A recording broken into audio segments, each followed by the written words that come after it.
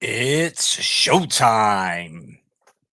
Hello, welcome to another A Tippling Philosopher video with myself, Jonathan M.S. Pearce. I am going to have a little chat tonight with my guest, Dr. Aaron Adair, who is stuck in traffic and will be here in about 15 minutes. So he's probably, thankfully, missing out the preamble. But I see it as kind of God trying to get in the way of him delivering his genius and adding his great mind to the early remarks here. But what am I going to talk about? I'm going to talk about the Nativity tonight. This is the accounts, or these are the accounts of Jesus' birth as reported in the Bible. And I'm going to take a really critical uh, eye to the accounts. I wrote a book as a skeptic atheist. You can imagine I don't believe the nativity accounts in the Bible. Well, I wrote a book called The Nativity, A Critical Examination. This has actually become now the first part in my trilogy of books. I've sort of half written the third one. The second one was on the resurrection. Third one's on the Exodus accounts in the Old Testament. But this is the first book that kind of started this off, and it is a critical analysis of all things nativity. Uh, Dr. Aaron Adair has himself written a book called The Star of Bethlehem, A Skeptical View. So he looks at the Star of Bethlehem in the nativity accounts and sort of takes all of the theories to task that propose some kind of supposedly rational account of the Star of Bethlehem, or even some kind of bizarre supernatural account. He sort of takes that to task as well and shows that it really is a problematic view to hold that that was a historical thing. So I'm going to be looking at the Nativity tonight, and in all honesty, there's actually so much content to talk about, to cover, that this may be a two-part thing. So we'll wait until Aaron gets here and get stuck in to see how far we get. In my book, The Nativity: A Critical Examination, I think I take sort of 21 chapters to look at different aspects of the Nativity and sort of pick them apart carefully from a historical and theological point of view, and conclude, as you might expect, that it never happened, right? These are ahistorical claims, even though many theists, many Christians will claim that, hey, this is really good historical evidence for the existence of Jesus as we think we know him, and therefore, if we look at this and we think this is a really good historical account, then this stuff happened, and therefore all the theology is true, etc., etc., etc. I only have them say, no, none of this happened. Jesus may well have been born, but he certainly wasn't born in the way he's claimed in the Gospels. And here are all the reasons why that is the case. Now we can talk about why that's important, and I guess it's a good time to get that out the way. It's like, so some Christians, for example, will be fairly okay with the claim that the nativity accounts are ahistorical, that they're not particularly reliable, and they're okay to say, look, it's not really a problem. I can hold to my whole worldview, theologically speaking, without needing the birth accounts to be true.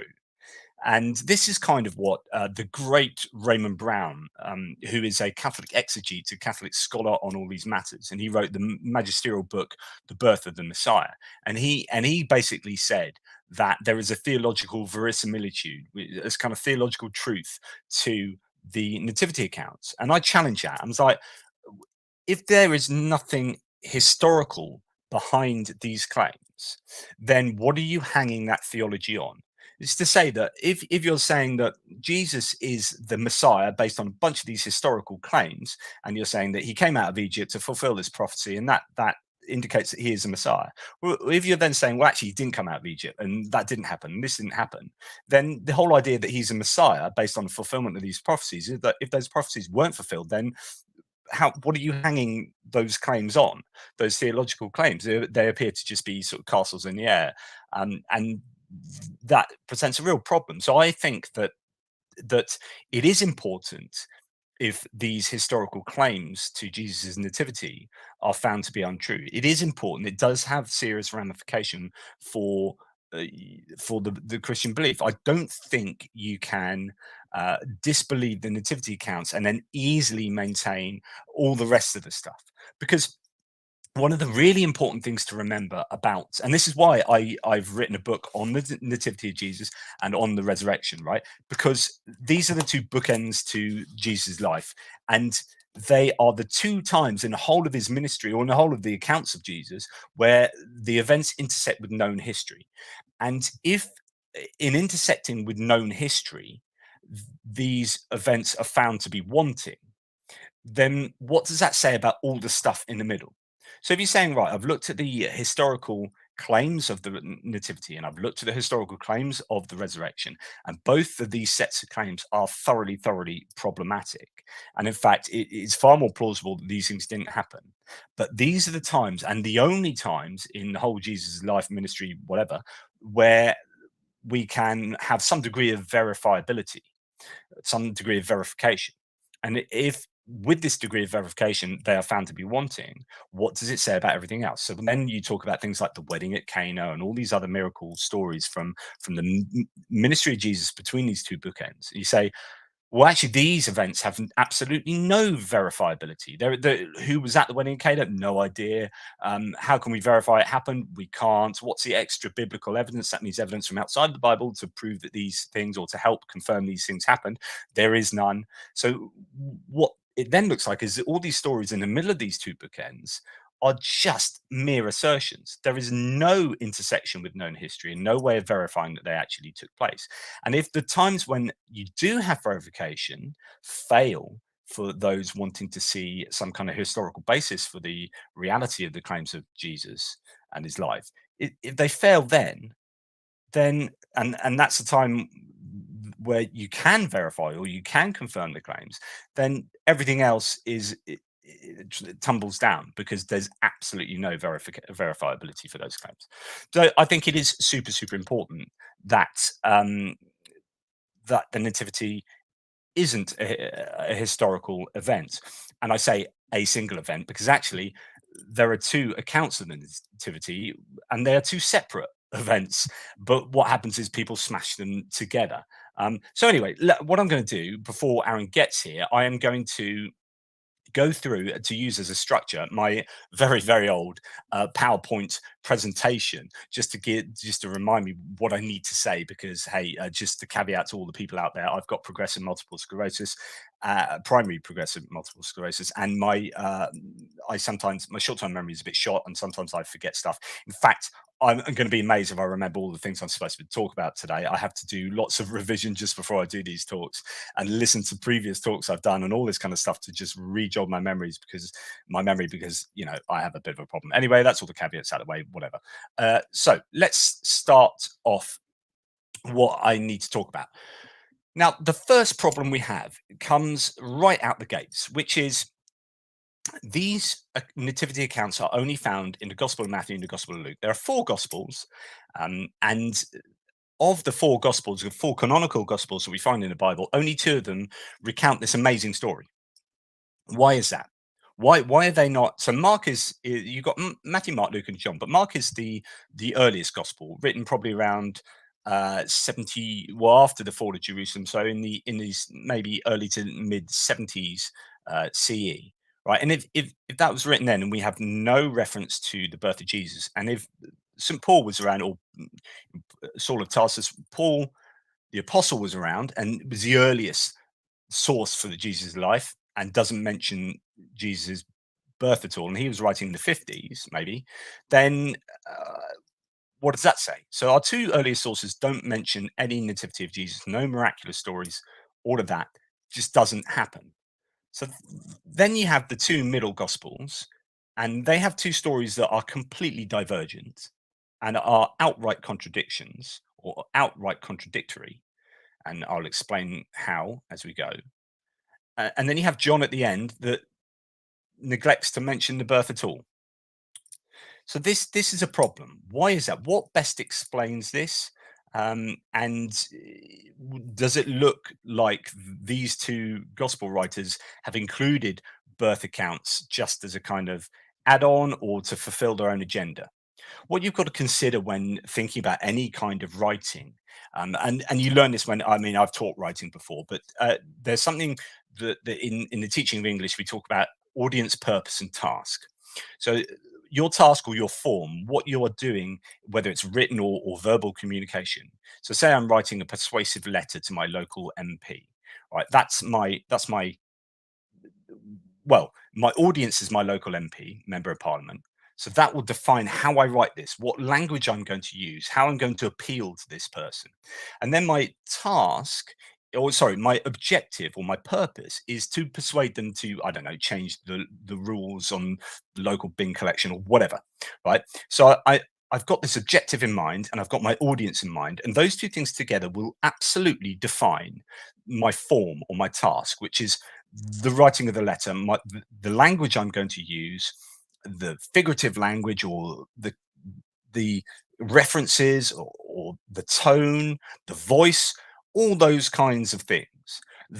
That will be informed by my audience and my purpose, and that letter to the MP will be defined by those two things. Now, when I'm looking at the Gospels, the exact same thing applies.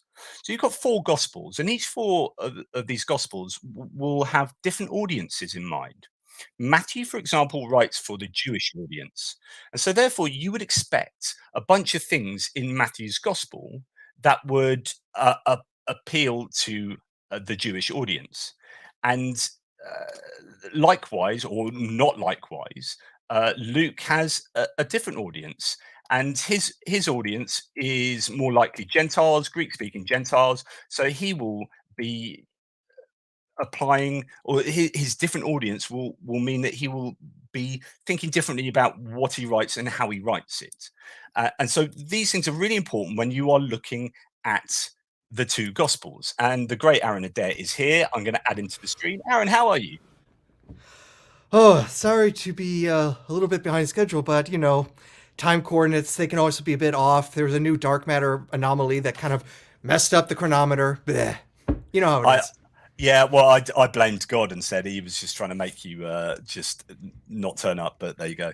So I was talking, Aaron, by the way, welcome. I'm throwing you straight into it here. I was talking about the difference between Matthew and Luke and how if we understand audience, purpose, and task, so who are their different audiences, what are their purposes, this will inform how they write their Gospels. So we assume that Matthew's writing for the Jewish audience, and Luke's writing for more of the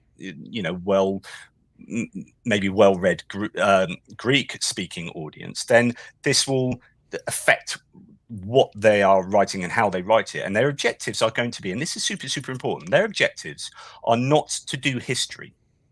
Like these guys are writing to evangelize. These guys are writing to persuade people to believe their stuff. And we might also say that they are ex post facto writers here, which or believers, they already believe that Jesus is the Messiah and are then coming to write a pseudo historical account of Jesus' life, and all that together means that we need to be quite skeptical, or very skeptical, when entertaining the truth of what they're saying, or when evaluating those gospel accounts. Is there anything you want to add to that? Yeah, and it's also worth noting that in antiquity, there were people who knew how to write in that more historical, critical way. We have their books, so we can say that, hey, people back then would have been able to say, here's how you do critical history of gathering sources, comparing and contrasting, say why you trust them, versus praise Jesus, and here's why, which is a very completely different approach to how history ought to be done, and is really no different than a proselytizer for any other kind of religion. At the very least, you almost certainly would not accept this from a Muslim claimant. Seeing it in a Christian context shouldn't somehow give it more gravitas. Yeah, I always use the example of David Koresh, and I say, look, David Koresh died, I don't know, 25 years ago or whatever. Or imagine I believe David Koresh is the Messiah, right? And I come to write an account of his life 25, 30 years after he's died. And I already believe he's the Messiah. And I'm thinking my job is to convince whoever reads this that David Koresh is the Messiah. But, and here's the important part, I don't know any of the eyewitnesses around. I wasn't an eyewitness of David Koresh. I might have some access to eyewitnesses, but I'm actually writing in a different country. geographically distant from David Koresh. I don't have access to telephones. I don't have access to the internet. Don't have access to libraries. It's really difficult for me to travel, so I can't verify any of the claims that have come to me through hearsay. And I'm going to write an account of David Koresh's life. So when you guys come and look at that account that I've written, like, would you be justified in thinking that this account of David Koresh, written by one of his ardent followers who believes he's a Messiah, is actually a reliable account of his life? And I think not. And I think that's super important. So I think that's a good analogy to lay the foundations here. Also, extraordinary claims require extraordinary evidence, I think is worth repeating the oft heard maxim, which is to say, if I said to you, Aaron, this morning I was outside in my shed looking for a spade, and you go, yeah, right, yeah, brilliant. You wouldn't disbelieve me. I mean, that's a pretty normal claim. I went out to my shed, I was looking for my spade. But if I said to you, I went out to my shed to look at my pet dragon, who I've just captured on an expedition to Saturn, like, you'd be like, okay, that's a pretty bonkers claim. I need way more evidence than just your verbal assertion for that. In other words, like, intuitively speaking, extraordinary claims require extraordinary evidence. It is interesting, though, the way I've seen people try to get around that with the Jesus story is to say, well, of course, extraordinary things happened around him. He was an extraordinary person. That's why all sorts of things happen. So basically, it becomes an interesting get out of jail free card that we are going to basically allow probability to drop to 0 and call it 100% just because we believe it that strongly. Yeah, and also, of course, the claim that he's an extraordinary person is itself should be subject to that maxim, the extraordinary claim. So, you're already, it's a circular argument. You're already assuming what you're setting out to try and prove. Yeah. That's what I always think when I see someone's like, well, of course he was raised from the dead. Look at all the miracles he did. We're just talking in circles now. Yeah, exactly. And so I think it's also worth, we know that these guys were not historians, as you said. So you were talking about how there are other historians that did do historical or historiography, which is using historical techniques to try and stake their claims, right? So you've got Thucydides, you've got Polybius, you've got Arrian, you've got some half decent, early historians here that we know used historiography, discussed their sources and all this kind of stuff. But even like rumor mongers like Suetonius, who are historians contemporaneous to Luke and Matthew, even Suetonius was discussing his sources, and he's a bad historian, comparatively speaking. So then we have Matthew and Luke, who don't use any historiography. You get this often claimed thing by Christians, which is that, Luke's a great historian. He's not a historian. Like, he's making historical claims, but he's not a historian. He shows absolutely none of the techniques that a historian would show. I mean, he mentions real things that happen, but so does Arthur Conan Doyle, who wrote Sherlock Holmes, mentions stuff that happened in London. Doesn't mean he's a historian. He's writing fiction. But there you go. So I think that's worth noting. I mean, is there anything else to say about historiography there? Well, if we want to focus on Luke, the only one who at least puts on the guise of being a historian, if you ask the historian, well, what are your sources? And he says, well, other people have tried, but I'm going to do a better job. It's like, and your sources are? I'm just so much better at it. And your sources are? We don't get any things there. And when we actually do figure out what his sources are, based on the fact that we can see that he's cribbing from the other gospels that have made it into the Bible, at least Mark, if not also Matthew, you can also see he's not a, quote, careful historian, because he sees the stuff in Mark and he's like, and we're going to change that because I don't like this, I don't like that. That's definitely not what an historian does. It's like, well, here's what my source says, but I don't like it, so I'm going to make it say something else. We would call that, in modern parlance, lying. Yeah. Exactly. And the other issues are that, well, let's go, they're listed on the screen there. We don't know who the authors are. We call them Matthew, Mark, Luke, and John, but we actually have these are unknown authors, despite what traditionalists will tell you. So we don't know the authors. They were not eyewitnesses. pretty much anyone other than fringe scholars will say that they were not eyewitnesses. They were writing in a different language. Jesus spoke in Aramaic, and the followers spoke in Aramaic. They are writing in Greek. In fact, there are certain things that they say that I think Mark says a few things. Is it Mark? The baptism of Jesus. There's some pun or that only works in Greek. So it doesn't work in Aramaic and it doesn't work in the translation into English. It's in the Gospel of John when Nicodemus is asking Jesus That's it. about how does one basically, go into a better afterlife, and Jesus says you have to be born again, but the pun is that he's saying you have to be born from above. And that pun only works in Greek. So when Nicodemus is like, well, how is Yeah. someone born again? Do you have to crawl back into your mother's womb? And it's like, dude, this is a language barrier thing. There's another one I think actually at the baptism of Jesus or John the Baptist, one of the sort of somewhere around there as well. So which is to say that there are things that Jesus is supposed to have said as according to the Bible, or according to the Gospels, which he clearly never said because it makes no sense in the original language. So that's just a minor thing. But so they are unknown authors writing in unknown places. We can guess at some of the places they wrote, but generally unknown.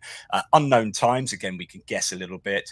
They use no recognized historical methodology. They are written by evangelists who are trying to convince other people to believe their case. So this is persuasive writing. This isn't historical facts. I'm not like laying out a historical account of someone's life. I'm telling you something so that you become a believer.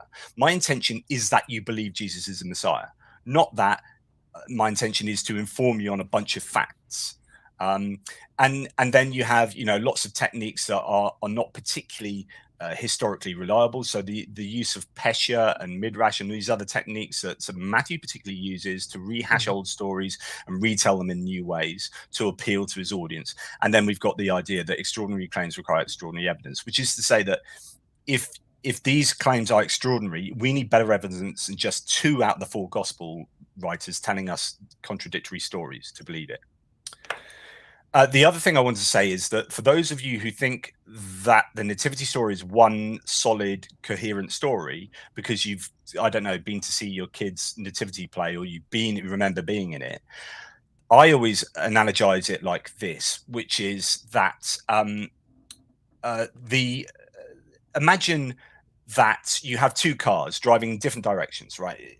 And the 2 cars crash into each other and they mangle together. So you've got 2 steering wheels, you've got 8 wheels, you've got all this kind of wreckage. And then you come along and look at this wreckage and say, 2,000 years later, you come and look at this wreckage. You say, oh, look at that. That's funny. 2,000 years ago, they used to drive vehicles with 2 steering wheels and 8 wheels and, 8 doors. Isn't that odd? It's no, those are 2 separate vehicles that have been smashed together such that you think it's one machine, but actually it's 2 separate things. And that's how I see the Nativity, which is the nativity play you might go and watch smashes 2 stories together in such a way that you think it's one coherent story, but when you actually unpick it, you've got 2 completely separate stories, and that's what we're going to come and look at now.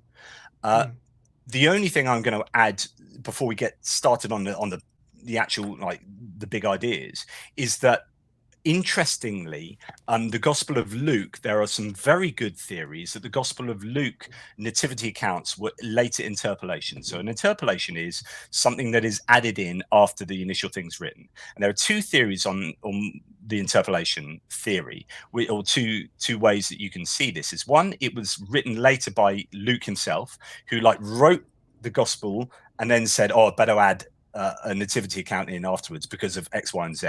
So maybe he'd heard that Matthew had written a nativity account, thought I better write one too, but his one was completely different. Or it was interpolated and added by another author or other editors. And I've written a piece on this. I won't go into the massive detail of that at the moment, but I will just give you the headline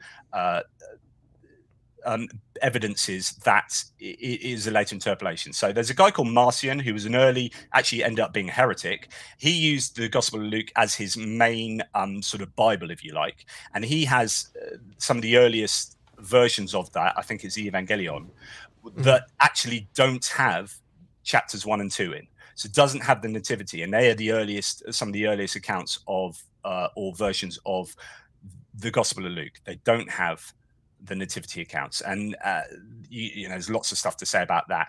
The baptism of Jesus Mark and John start with the baptism of Jesus, and actually, if you take out Luke 1 and 2, that pretty much starts with the baptism of Jesus, which is what you'd expect to be in line with the other Gospels. You then throw in the nativity, it kind of throws the chronology a little bit. There's some theological differences between the nativity stories and actually what Luke says in the rest of the Gospel.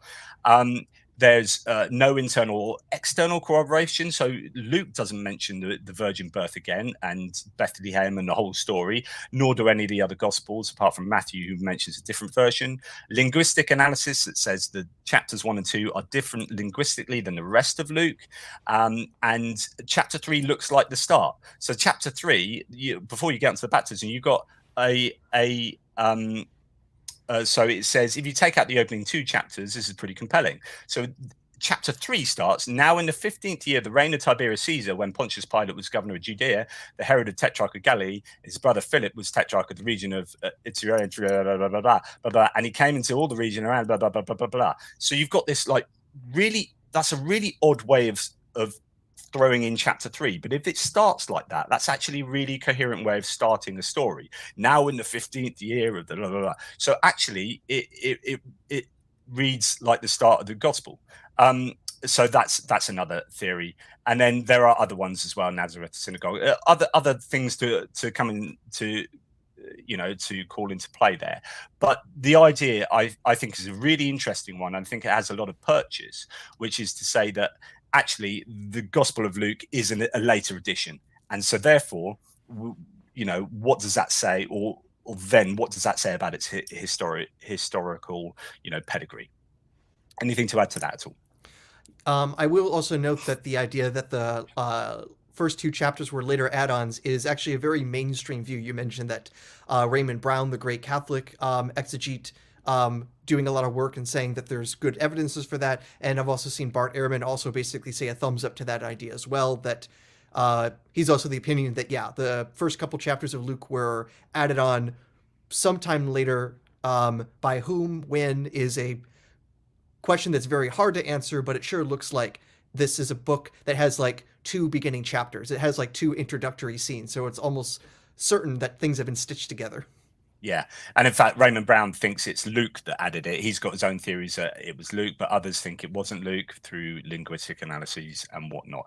So the point is, we've laid out the groundwork to say that we should be very skeptical when reading these 2 Gospels, and only these 2 Gospels. We should be very skeptical when we read all 4, but there's only 2 of them that report the nativity, and trusting them wholeheartedly is pretty problematic. So are you ready to go on to the major points? And what I was saying earlier that I think when we get to the Star of Bethlehem, that's where we'll kind of stop, and we might have to do a part 2 to this. If you're around, that would be fantastic. So miraculous births, they are 10 a penny. And when you're considering writing a story about someone that, remember, what's your objective? You're trying to get people to believe that Jesus is a Messiah. Okay, if you're trying to say he's the super special dude, I don't even think that these authors were saying Jesus was the Son of God, because I don't think they had that idea yet. I think that came with the Gospel of John. That's a whole different conversation. But I think they were saying that Jesus was a Messiah, and that's very clear. In order to say that this guy is a super special guy that you should all believe is super special, then he needs to be more super special than all the other people hanging around him at the same time. So Caesar Augustus, who was emperor of Rome, had supposedly a miraculous birth, right? So if you're going to say, I've got this Jesus guy who's better than Caesar Augustus, actually these 2 are in competition with each other, kind of in terms of importance, in terms of narratives. And also John the Baptist, who was born just before in these narratives, right? John the Baptist supposedly had a miraculous birth. So Jesus comes along and doesn't have a miraculous birth. You've got a bit of a problem there, because you're like, hang on, Jesus is less cool than all these other guys, and he's in direct competition with them. I mean, is that a fair thing to say?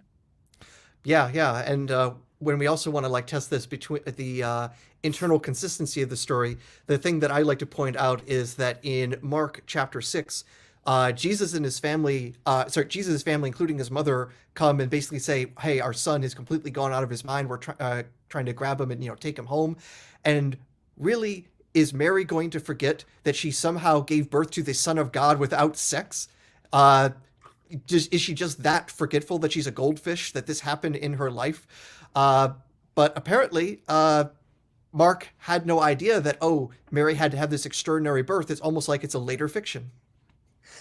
Indeed, and the fact that it's not corroborated outside of these two sources is pretty incredible. Mm-hmm. John indeed implies a normal birth in his gospel. So if you read John, you got the Jewish critic Celsus or Celsus. Unfortunately, we only have knowledge of him through, is it Origen, who was writing against contra Celsus? So we only know of Celsus's work through criticisms by early church fathers, which is really annoying because it sounds like he had some absolutely incredible stuff to say. But his claim was that Mary was raped by a Roman soldier Pantera, and that makes, like, straight away, if you're talking about plausibility and you could do a Bayesian analysis of this, that is far more plausible than God came down and impregnated a woman and that was all fine and dandy. If imagine you've got a daughter and she comes to you at the age of whatever Mary was and says, "Oh, I've got this boyfriend and we're not actually married yet." Well, you won't believe this, Dad, but I'm pregnant. What? You're not married? You're pregnant? Yeah. No, hang on a second. Like, it's not my boyfriend. It's not Joseph. It's like it was God.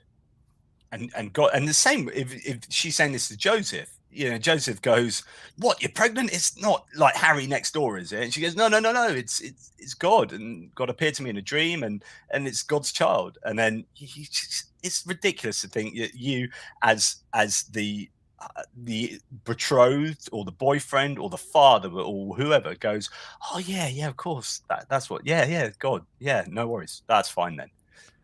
It's like, yeah, especially in that cultural context, uh, with that even starker sense of sexual purity for women. That is not the sort of if someone had sex outside of wedlock, it is obviously a disaster. So making things up is more likely, and at the very least, I don't think most people back then is like, you had sex with a deity. Well, it was a Tuesday. These things happen.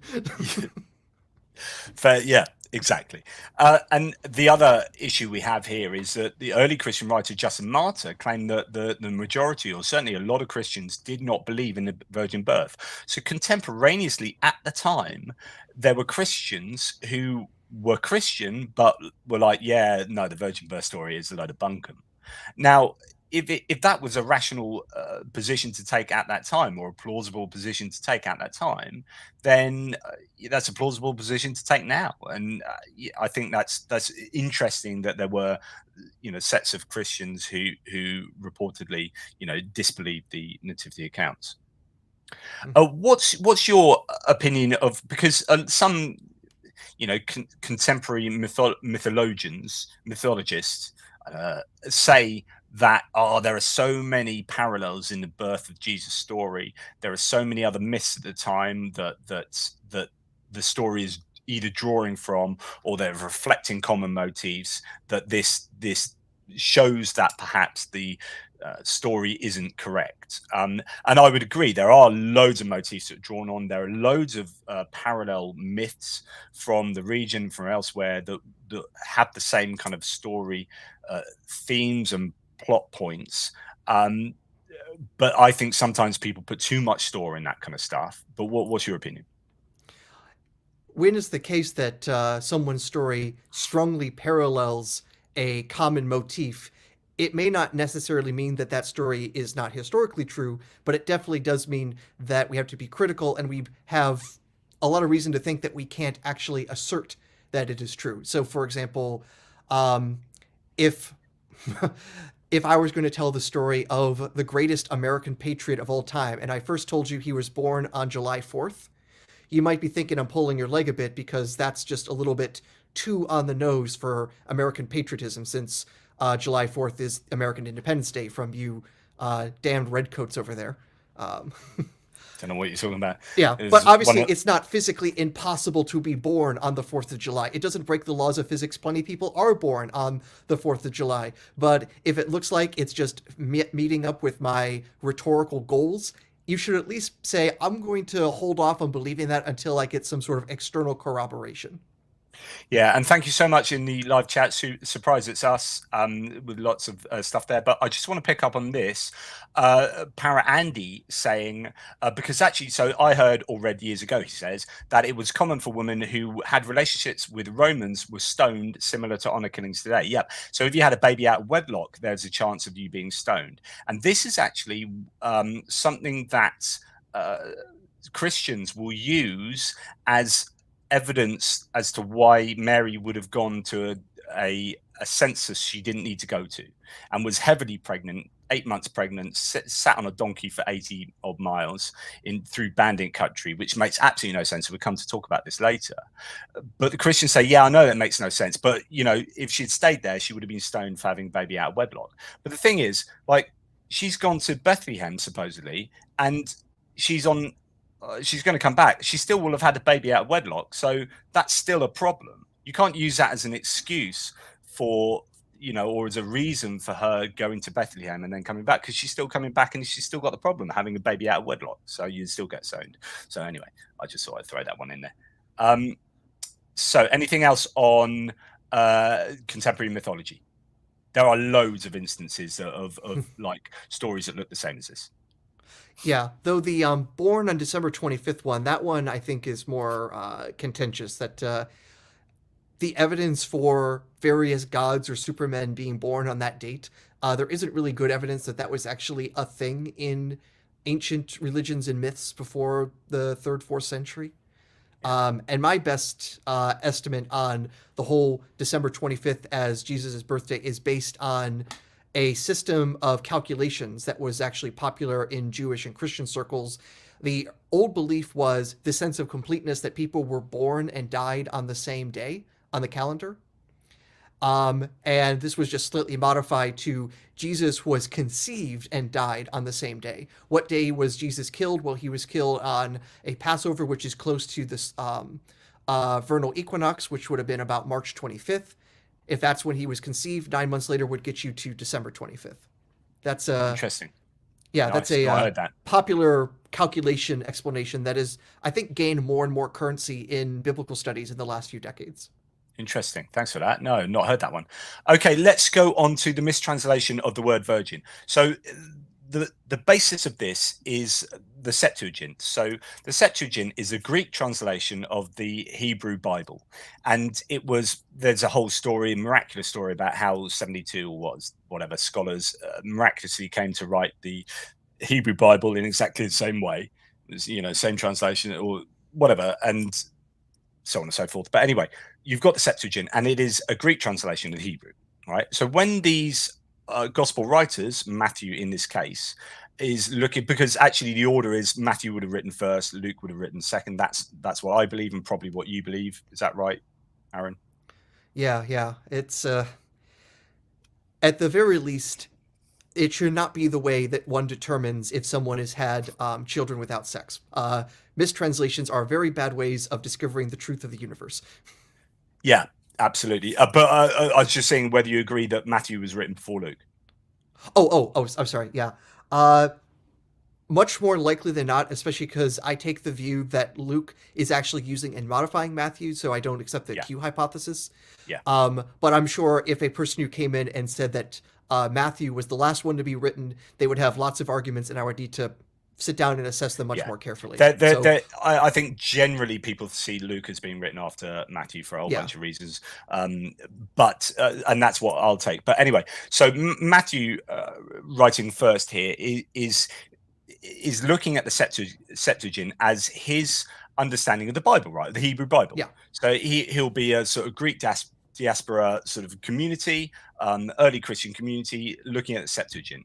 And so what Matthew generally does in his writing is he thumbs back through the Hebrew Bible and looks for passages in Hebrew Bible that can act as ex eventu prophecies, basically, or like prophetic verses that will prophesy Jesus's birth, death, whatever, and this gives a validation to the accounts that he's communicating.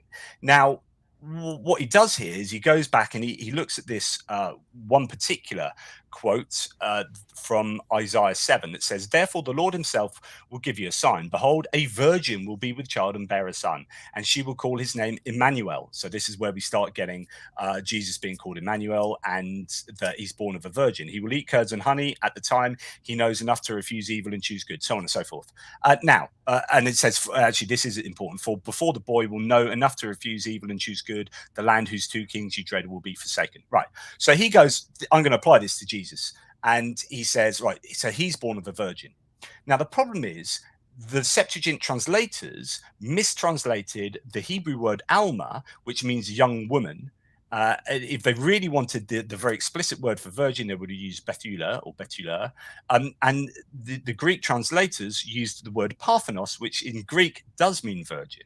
So then the Hebrew Bible says, behold, a virgin will be with a child rather than a young woman. So he takes that and then he applies that to Jesus and said, look, born of a virgin, and here you go, here's the prophecy of that. But of course, it's a mistranslation. So what he's done is basically misapplied this or created a story out of this. Interesting to see which way around that would be. Now, this is a huge problem because it calls into question the whole kind of the validation of this particular what of the claim he's making from this particular account or from Isaiah 7. But the other thing is it shows a complete cherry picking because none of the rest of this applies to Jesus at all. So he's just taken the Emmanuel bit and then called Jesus Emmanuel, and then taken the virgin bit and said he was born from the virgin. But none of this, eating curds and honey, and then before the boy will know enough to refuse evil and choose good, the land whose two kings you dread will be forsaken, doesn't apply at all to Jesus. So the whole thing is like bonkers anyway. You're totally cherry picking just a couple of verses from the larger context, and even then you're using a mistranslated word.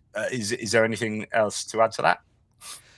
Yeah, there's also one other detail worth noting that in the original Hebrew, versus than what gets in the Greek form, is also a small change of tense. So tenses work a little bit different in Hebrew, but basically the Hebrew would suggest that the event that Isaiah is describing is talking about not a person being born 800 years in the future, but something much more in the present. So when they say like the virgin or the woman will conceive, they mean like the woman like over there in the corner that we're in the room that we're talking about right now, versus what you find in the Greek version where it's then translated into the future tense about something that'll happen in the future, and then Matthew running with that and saying, oh yeah, way in the future.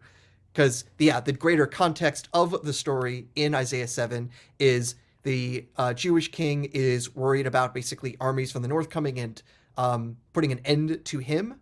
And Isaiah basically saying, no, you don't have to worry about that. And the reason you don't have to worry about what's going to be happening in the next 6 months is 800 years from now. No, that's not what he's talking about. He's talking about something much more in his present time and place. So yeah, Matthew has completely pulled this from that original context to get to his new story. Yeah, and I think I talk about that in my chapter on that, but I just need to find that there's also an issue with the definite article and the indefinite article, the and a, and yeah, so it's just a bit of a problem. Thanks for that, Aaron. That's a great addition to throw in there. So these prophecies simply are not prophecies, and it's particularly the case in the resurrection narrative. The next problem is the male genome. So the idea that Jesus is fully God and fully man, and yet we understand that. Of course, at the time people wouldn't have understood it in this way, but we get half our genomes from the male and half from the father and half from the biological father and half from the biological mother, and they combine, and that makes you fully whoever you are. How can you be fully man if I don't know, God is selecting some kind of, I don't know, perfect genome for you? Like it kind of, I know it's not a hugely important point, this, but I think the idea is that this Jesus isn't fully man, ends up doing pretty miraculous stuff, and is some kind of hybrid between man and God. And I don't know, fully man and fully God, the whole concept really doesn't make much sense anyway. But I think is further problematized by the idea that the male genome is just selected by God.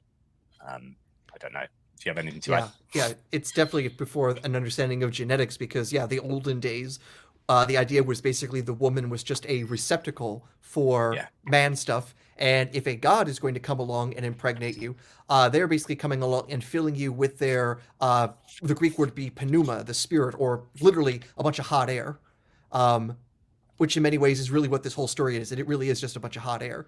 Uh, it clearly doesn't conform to modern understandings of biology, and for the simple reason, people in antiquity did not understand that stuff. Yeah, I think it was so. As I write here, the preformationists believed that the father was like the plough, and the material was delivered by the father, with the mother merely providing the milieu in which the development took place. So, it's, the seed was sown in the field, but the field really, the seed was very different to the field, and so on and so forth. So yeah, there's a bit of a problem. But the next problem is that the genealogies contradict, and this is so overt a contradiction. For me, it's pretty damned obvious. So the Bible is big on genealogies, and the idea that these two authors wanted was or their objective was to link Jesus back to David and indeed back to Adam, and Jesus is arguably the second Adam, and so on and so forth. So you've got two genealogies that set out how Jesus is connected to David, and the problem is that Luke's genealogy is 77 generations long, and Matthew's genealogy is 28 generations long, and they disagree on members of that genealogy, indeed the father of Joseph. So it starts really, really quickly, and they seem to be independent, erroneous, and mainly symbolic. So they're symbolic in numbers, so numbers are really important. Do you want to explain the numbers thing at all? Is that something that you're Yeah, knowledgeable about? yeah. So with Luke, you see 77. It looks like two sevens, or it's 7 times 11. 7 has been a pretty mystical number for a very long time. But Matthew is absolutely explicit that when he creates his genealogy, he says he has 3 sets of 14 generations. And 14 is apparently the magic number for him. Why the number 14?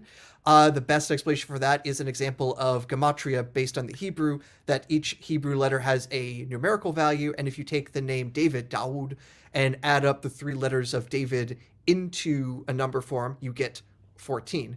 So that you see 14, 14, 14 in Jesus' genealogy. Oh, he must be super David. He's triple David. One thing, though, there is a mistake, though, in your slide here. And that's because you trusted Matthew. Right. He says that there are 14 generations, or there's 2 sets of 14 generations between David and Jesus. If you actually go and count, it's 14 and 13. He miscounted. Right. Okay. The silly me for trusting. Yeah. So the gematria is super important. It's very symbolic. In fact, the Bible is just chock full of symbolic numbers. They don't really mean anything. It rained for 40 days and 40 nights. 40 is a big number. Wandering for 40 years, 40 days in the wilderness Jesus spent. None of those were the real time lengths. They are just symbolic numbers. But what I find interesting, and I'm going to talk to you about something that I normally say at the beginning, which is a really common technique for Christians to use. I debated the Nativity with Lydia McGrew on Unbelievable on radio, and she was so big on this, which is the possibiliter ergo probabiliter fallacy, which is to say that if something's possible, it's therefore probable, and if it's probable, it's actually the most probable, and it actually happened. And you get this jumping from, well, it's conceptually possible, I can imagine that could happen, then going, yeah, so that's probably what happened, to, yeah, that is what happened, yeah, it's definitely what happened. But those jumps are unjustified. But this happens all the time. So one example of this in this context is Christian apologists who say, yeah, the reason that these are different genealogies is because Luke's genealogy is matrilineal, which means to say it's following the mother's line, the bloodline, and Matthew's is following the father's bloodline, and that explains all these differences. But of course, this is like, yeah, I can conceptually see that as possible. Like, could happen. The only problem is there's literally no example of this happening in Jewish history anywhere in the history of Judaism. Like, no one has done a matrilineal lineage genealogy ever. So that's a problem. It's got legal issues. It's just full. I mean, I've written whole pieces just on this apology. Yeah. It also doesn't help that actually Luke even clearly says, and Jesus was the son of Joseph, who was the son of blah, blah, blah, blah, blah. And it's like, you also have to basically see the text where it says, and this is the genealogy of Joseph, but not really. So, it's the gospel truth, except when it isn't. Exactly. Yeah. So hugely problematic, and there are lots of reasons why the matrilineal claim is just completely bogus and Yeah. bunkum. So Yeah, the it is genealogy. worth noting that the whole thing about even matrilineal descent for being a Jew, that sort of thing, is actually a product of the modern nation state of Israel to basically more limit and provably show, uh, based on genetic records, if anything, who is actually who is Jewish by genetic reasoning. So that is actually a rather modernistic genealogy sort of thing. It didn't really follow from the old days. Brain Damaged Bob, who's done a few videos contradicting my claims. He's Mhm. read my book and Aaron's book, and we'll come to one of his videos later, the claims he makes of the Star of Bethlehem. But he says, and obviously he's a Christian, says both genealogies are Joseph's. So I'm glad I'd agree with that, and both are correct. I don't know that I'd agree with that at all, and I don't think any plausible interpretation can get you to those both being correct. There are too many issues throughout the genealogies for them to be not contradictory. Is there? I mean, is there anything you would add? I'm just trying to think what the argument would be, and the only thing I can think of is every one of Joseph's descendants had two different names, and Matthew and Luke just happened to pick the opposite ones from the hat every single time, going all the way back to David. Yeah, and you've got other people that are problems further back. You've got someone who supposedly all the descendants are what's the word? What's the word when you scorn someone? Sorry, this is my MS talking here. Oh, All it's escaping me as well. But I was going to also reiterate the number of generations also doesn't match very well. So we also have to then suppose that Matthew is also just skipping generations whenever he feels like it as well in order to make the whole thing work out. Yeah, it's a mess, to put it mildly. Yes. So anyway, they were all the generations beyond. Was it Jeconiah? No, the descendants of one of them were whatever the word is, and so therefore, how can you have Jesus at the end of that if all the people have been? Oh my goodness, this is proper MS. This is my brain here, guys. Anyway, I will just read through my book and just I'll get Aaron to talk us through the next point, if he may. Very much could. Are you good for where did the family live? This is before they go on the census, and you can talk about. In fact, what might be a good thing to talk about now is how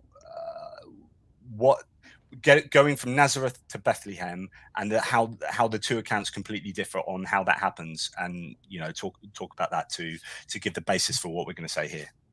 Yeah.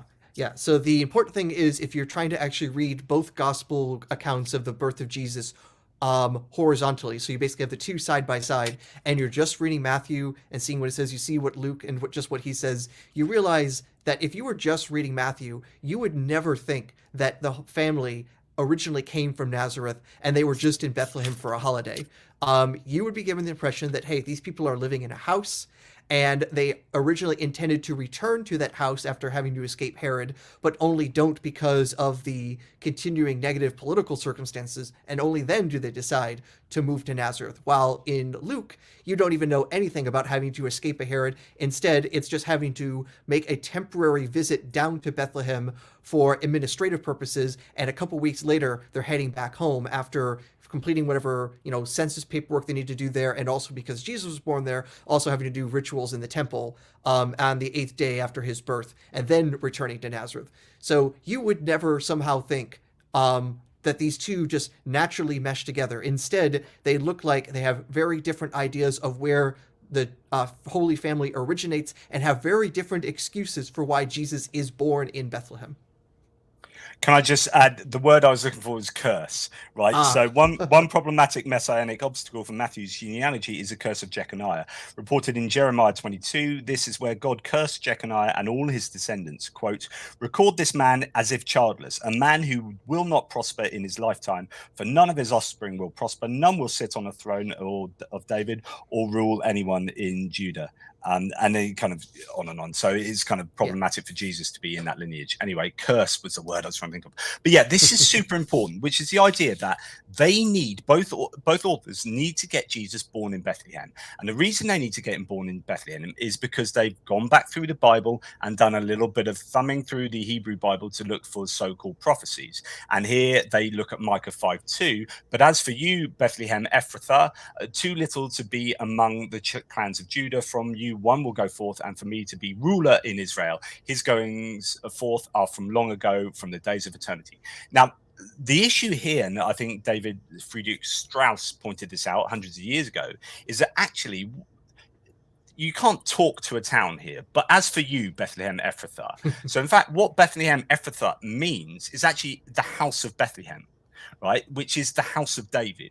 In other words, the one will come from the house of David. It will not, it doesn't have to be born in Bethlehem. So this is actually Matthew, I think, just getting this wrong and saying, oh, the Messiah needs to be born in Bethlehem. I mean, if this was clearly the case, everyone would have been moving to Bethlehem and copulating in Bethlehem in the hope that their kid's going to be the Messiah, right? But that ain't happening. That didn't happen.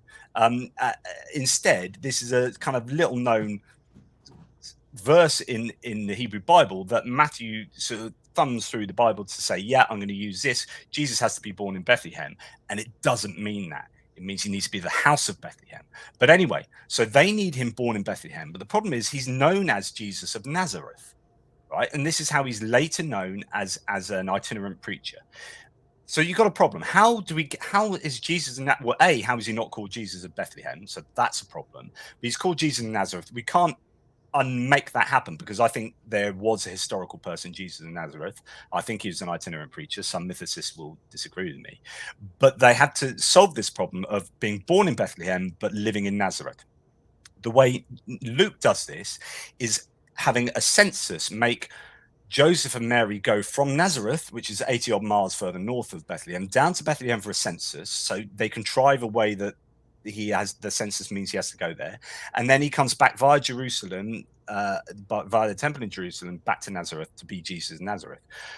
Matthew, on the other hand, seems to have, I mean, it's not 100% clear, but he seems to have Joseph and Mary living already in Bethlehem, then Herod coming along. So Herod's not even in Luke, right? Mm-hmm. So Herod comes along, chases Joseph and Mary and Jesus off. So they go and live in Egypt for a couple of years. And then they return. It's a bit hot in Bethlehem. So they go to Nazareth in Judah. And so this is Judea. This is a completely different mechanism that the authors use. And this is, to me, a massive outright contradiction, and I don't think there's any decent. I remember Lydia McGrew sort of saying, yeah, this is a bit of a problem, but you know, I think this is a huge problem. Do you have anything else to say on that particular point? One other detail worth mentioning, that Luke does mention a Herod, but it's unclear necessarily which Herod he might be referring to. So one of the things that gets confusing a lot in antiquity is fathers naming their sons the exact same name. So when you say Herod, are you talking about Herod the Great or one of his many other Herod sons? And the confusion exists there because since Luke talks about that census under Quirinius, this is taking place a decade after Herod the Great is dead, but during the reign of other sons of Herod who also have Herod in their names.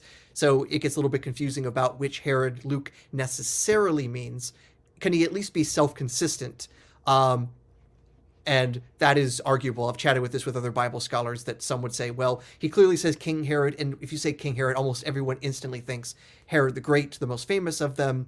I at least like to believe that more often than not, the Bible authors can at least tie their own shoelaces, and they're not going to trip over themselves in such contradictions between each other, they're going to contradict each other all the time. But more often than not, they probably don't just completely contradict themselves. So I'm willing to lean that at least Luke is talking about a different Herod than Matthew is, just so Luke isn't punching himself in the face. I have there is a brain damaged Bob who's in the side on the live chat to Christian, who's saying that there are answers to these. I've just sent him a link to hop on if he wants to hop on to put out his case, but I'll give some caveats to that in a second.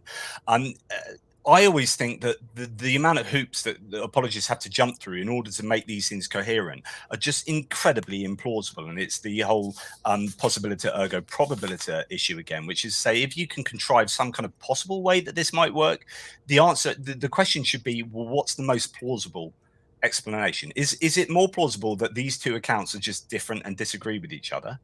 One could be correct, but both can't be correct.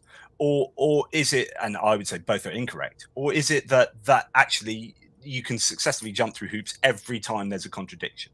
And I would say that kind of approach is really problematic.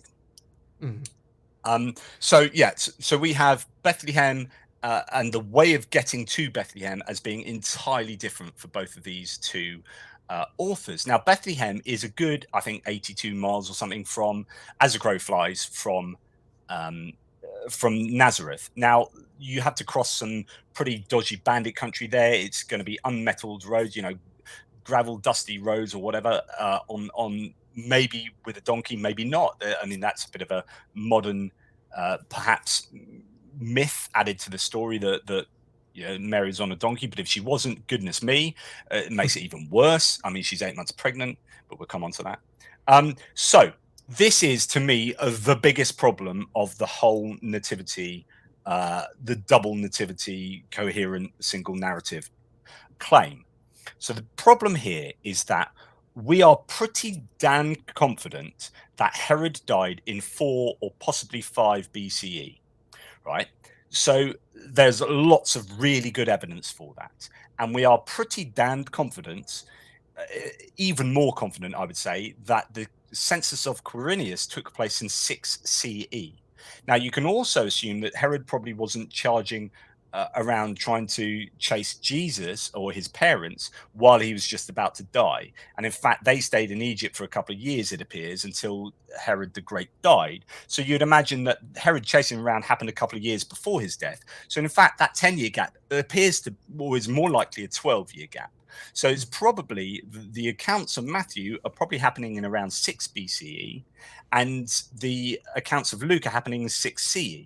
And that is a 12-year gap that is not harmonizable. So the census of Quirinius cannot have happened at the same time that Herod was alive.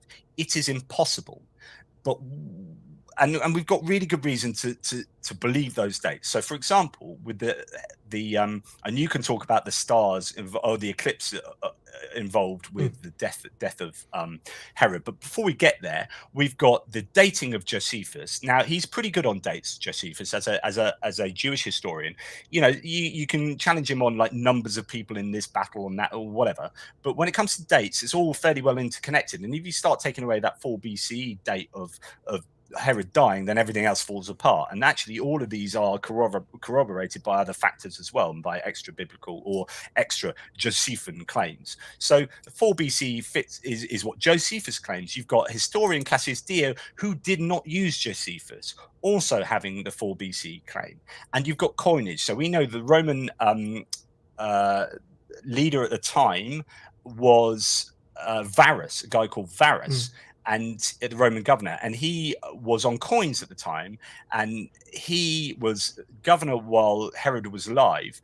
And then, when Herod died, he wasn't governor, and those coins stopped. So you've got these coins that also stop around 4 BCE. So, that corroborates this dating as well. And if you're going to go for the Quirinius census of 6 CE, what you had is that the area, Judea, was a client kingdom under Herod the Great. And what that means, it's like a buffer zone, buffer state at the edge of the Roman Empire, that they had to pay a sort of not a tithing. They had to pay a tribute to Rome every so often, but it was not a direct tax. They weren't taxed by Rome. So Herod the Great would tax his own people and then pay a tribute to Rome. But it was an autonomous, semi-autonomous region, a client kingdom at the edge of the Roman Empire. So you wouldn't have had a census. And indeed, what happened is Herod the Great died in 4 BCE. We're pretty sure of that. And then for 10 years, his son, Herod Archelaus, was a tetrarch of Judea. And he was such a bad ruler that after 10 years, and this is all the history, points to this being the case, such a bad ruler that the Romans got rid of him and turned it from a client kingdom 10 years after the death of Herod the Great into a Roman province, a full-blown Roman province. And in order to do that, they had to tax the region, and to tax a region you need to do a census first in order to know who lives there, so you can know how much money you're going to get from it, so on and so forth. So the census of Quirinius is for the reason of Judea becoming a Roman province from a client kingdom after 10 years of Herod Archelaus's rule, and that fits in entirely with the dating that I've just explained. Now Aaron will hopefully give us some greater verification of this dating by talking about eclipses. Yeah. So in particular, the way that we are reasonably confident about when Herod died, or at least we know like what the error bars are for that going to be, is Josephus is not only giving us exact details about when he started and when he ended, but he also had good sources for it. Among the sources Josephus had were Herod's own memoirs. Herod probably knows when he started ruling. And we also have that Josephus also had the records from Nicholas of Damascus, who was Herod's basically top advisor, and also an historian in his own right. We have some other works by Nicholas of Damascus, but most of the stuff that we have of him in Josephus, that's his major source for a lot of things. And again, Nicholas of Damascus was working for Herod, probably knows when Herod started and ended his running of things. According to Josephus, he tells us exactly in what year the Senate of Rome voted to make Herod the king, and he said that he reigned up until his 37th year. And that first year where that is given, it's given based on what are called the consular years, who was the consul of Rome at that time. And that is something we have been able to pretty much perfectly reconstruct at that time. So we are basically told by Josephus, Herod began to rule as king in the year 40 BCE. He reigned into his 37th year. You can do the math to see where that gets you. It gets a little bit confusing because Josephus tends to use inclusive dating, so even a part of a year will be rounded up to a full year. So it gives a little bit of wiggle room, but it basically says, like, at the absolute latest, Herod could be dead would be in 3 BC, but more likely 4 or 5. And the thing that helps us also pin it down is, according to Josephus, basically in like the last months that Herod was alive, he had put to death a number of rabble-rousers, or in his opinion were rabble-rousers against his rule. And after that, there was seen a lunar eclipse. And it basically, in a matter of within weeks after that, Herod was a corpse. Because it's an astronomical body and an astronomical event, we can pretty darn well reconstruct when lunar eclipses happened. And the most likely candidates for this lunar eclipse, there was one, I believe, in September of 5 BCE, or otherwise in March 4 BCE. I think those were the approximate dates for those two. And those are the two eclipses most scholars will look at to see these are the ones that took place just before Herod died. And which eclipse you think is the better is a little bit debatable. I tend to lean towards the 5 BCE one based on some other contextual clues, but that's our error range. Late 5, early 4 BCE, and pretty much anything outside of that range is fanciful argumentation. And so the solutions to I'm just going to bring in Bob in a second, but the solutions to these are so wide ranging and I would say completely implausible to and we can talk about that I don't know whether to bring that talk about that in a second or bring Bob in, but one of the main ones is that Quirinius ruled twice as governor of Judea. So that he had a rulership in 6 CE and had a census, but then he ruled as well previously. But then there is absolutely no evidence at all for any governor doing that anywhere in the Roman Empire ever, right? So that's just implausible from the get-go. And then you would expect him to be, so some people claim he ruled at the same time as Varus in order for it to be, so it's a co-rulership with Varus, but then Quirinius wasn't on the coins and Varus was. And then we know that Quirinius was doing other things at different points. And so you start positing things like that, and you get yourself in more of a mess with like trying to have to jig other histories all around, and it's just really it's a difficult pastime to try and harmonize these two, this 10 to 12 year gap. It's really tough. I'm going, and there's so much more to say on the 10-year gap, huge amounts. In fact, I think most of my debate with Lydia McGrew is probably on this and the census. I'm going to bring in Bob, Brain Damage Bob, who has done a few videos. He's got a nascent YouTube account. I will give his caveats. I'm sure he'll want me to say this in the same way that I struggle with my words due to my multiple sclerosis, as you saw earlier, because I couldn't think of the word curse. I curse words. Bob, I think a decade ago, had a stroke, and sometimes himself he struggles to find words. So bear with him if that's the case. And he's never done a live before, so we'll treat you kindly, Bob. So Bob is here, and he's written a book himself on the Nativity. Thanks so much for coming on, Bob. Is it okay to call you Bob? I presume that's your name. My friends, family, and all call me Dubbin. Okay, well, welcome on board. I guess, I mean, we're talking about Herod and the 10-year gap, and you're perfectly welcome to cast your opinion on the claims there. But I know that you were saying earlier on with the genealogies that you had an alternative viewpoint on that. From obviously you're a Christian and you believe the nativity accounts are true. Feel free to comment on whatever you like, really. I know there are disagreements with the nativity account all over, and so there are so many issues that people object to. But also I've answered a handful of them, and I've also pulled in from my favorite sources a couple of videos onto my channel that answer specific things. Like, there is a resounding proof that the curse of Jeconiah does not apply to Jesus. There were two Jeconiahs. That's a video that is very entertaining, and I echoed it. I mirrored it on my channel also from Nathan H83. Is a young video producer who did, as I said, a brilliant video on the curse of Jeconiah, and proving resoundingly that there are two Jeconiahs, and one is cursed, one is not. And there's other issues like what you were most recently talking about was the 10-year gap. I cover that myself in one of my videos that's on the Brain Damage Bob channel, and I have, I believe, a unique take on that issue, in addition to pulling in some sources. Most notably, we were talking about Josephus and being the primary origin for the dating of the census.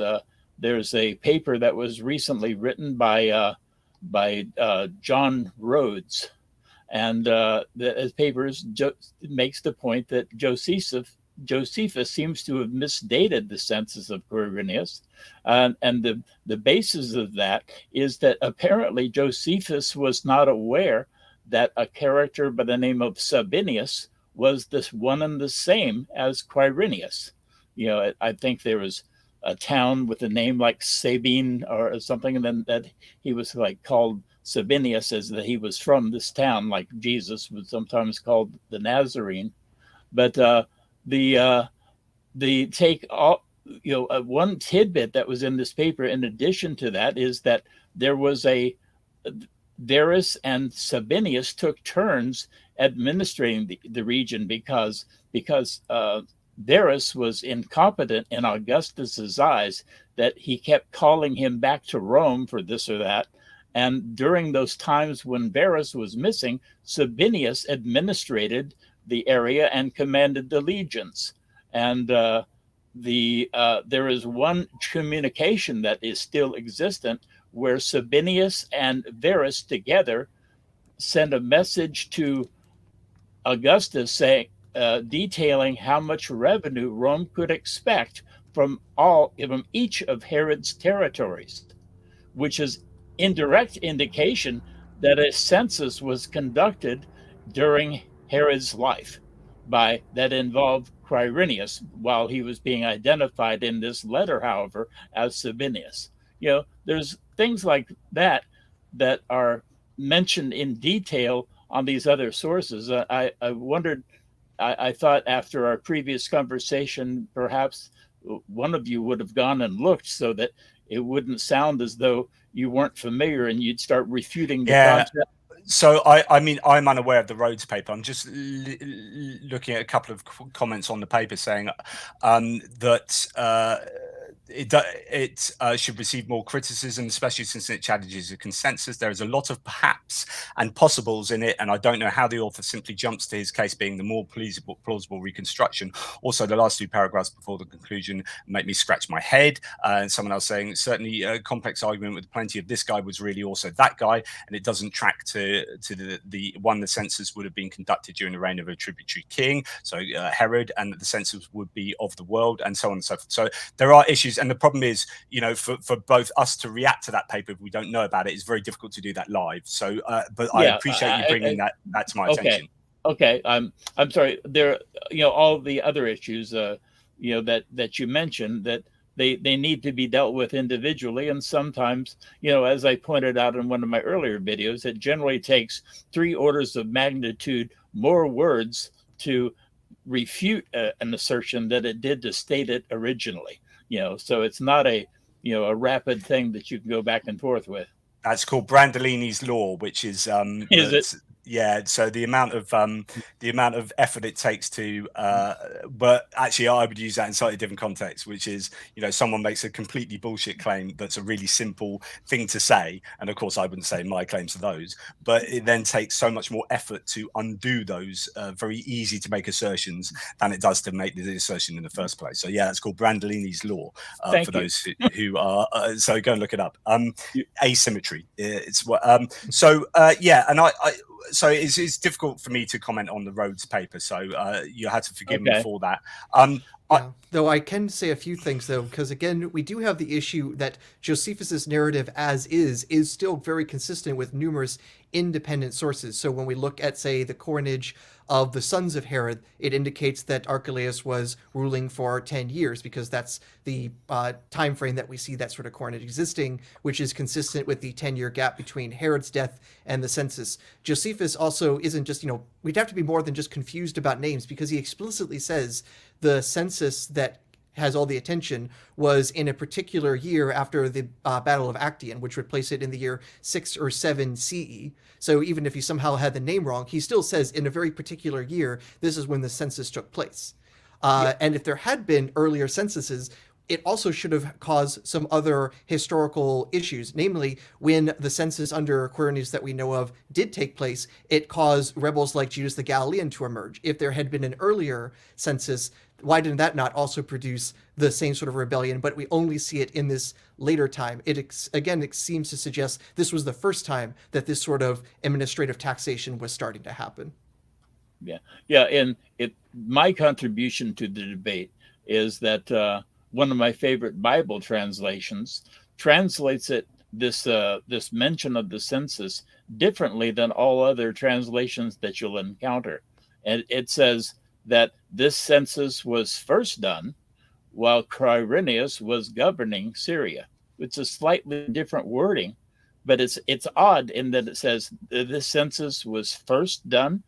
And I looked at the Greek interlinear and said, sure enough, seems to be the sense that is present in that in the interlinear, and the Mount's interlinear translation translates it literally as it seems to appear in the Greek, and also the New King James translates it that way. Then all the rest of the translations, all 50 or so English translations that they are, translated with essentially the same error, which I attribute to groupthink, that everybody translates it the way they think it should read instead of the way it actually does read. And because of that, I just pull out of thin air the notion that perhaps this census that's happening with that Joseph is attending, that he's compelled to go to Bethlehem over, is a redo of an earlier census that Rome was displeased in for whatever reason.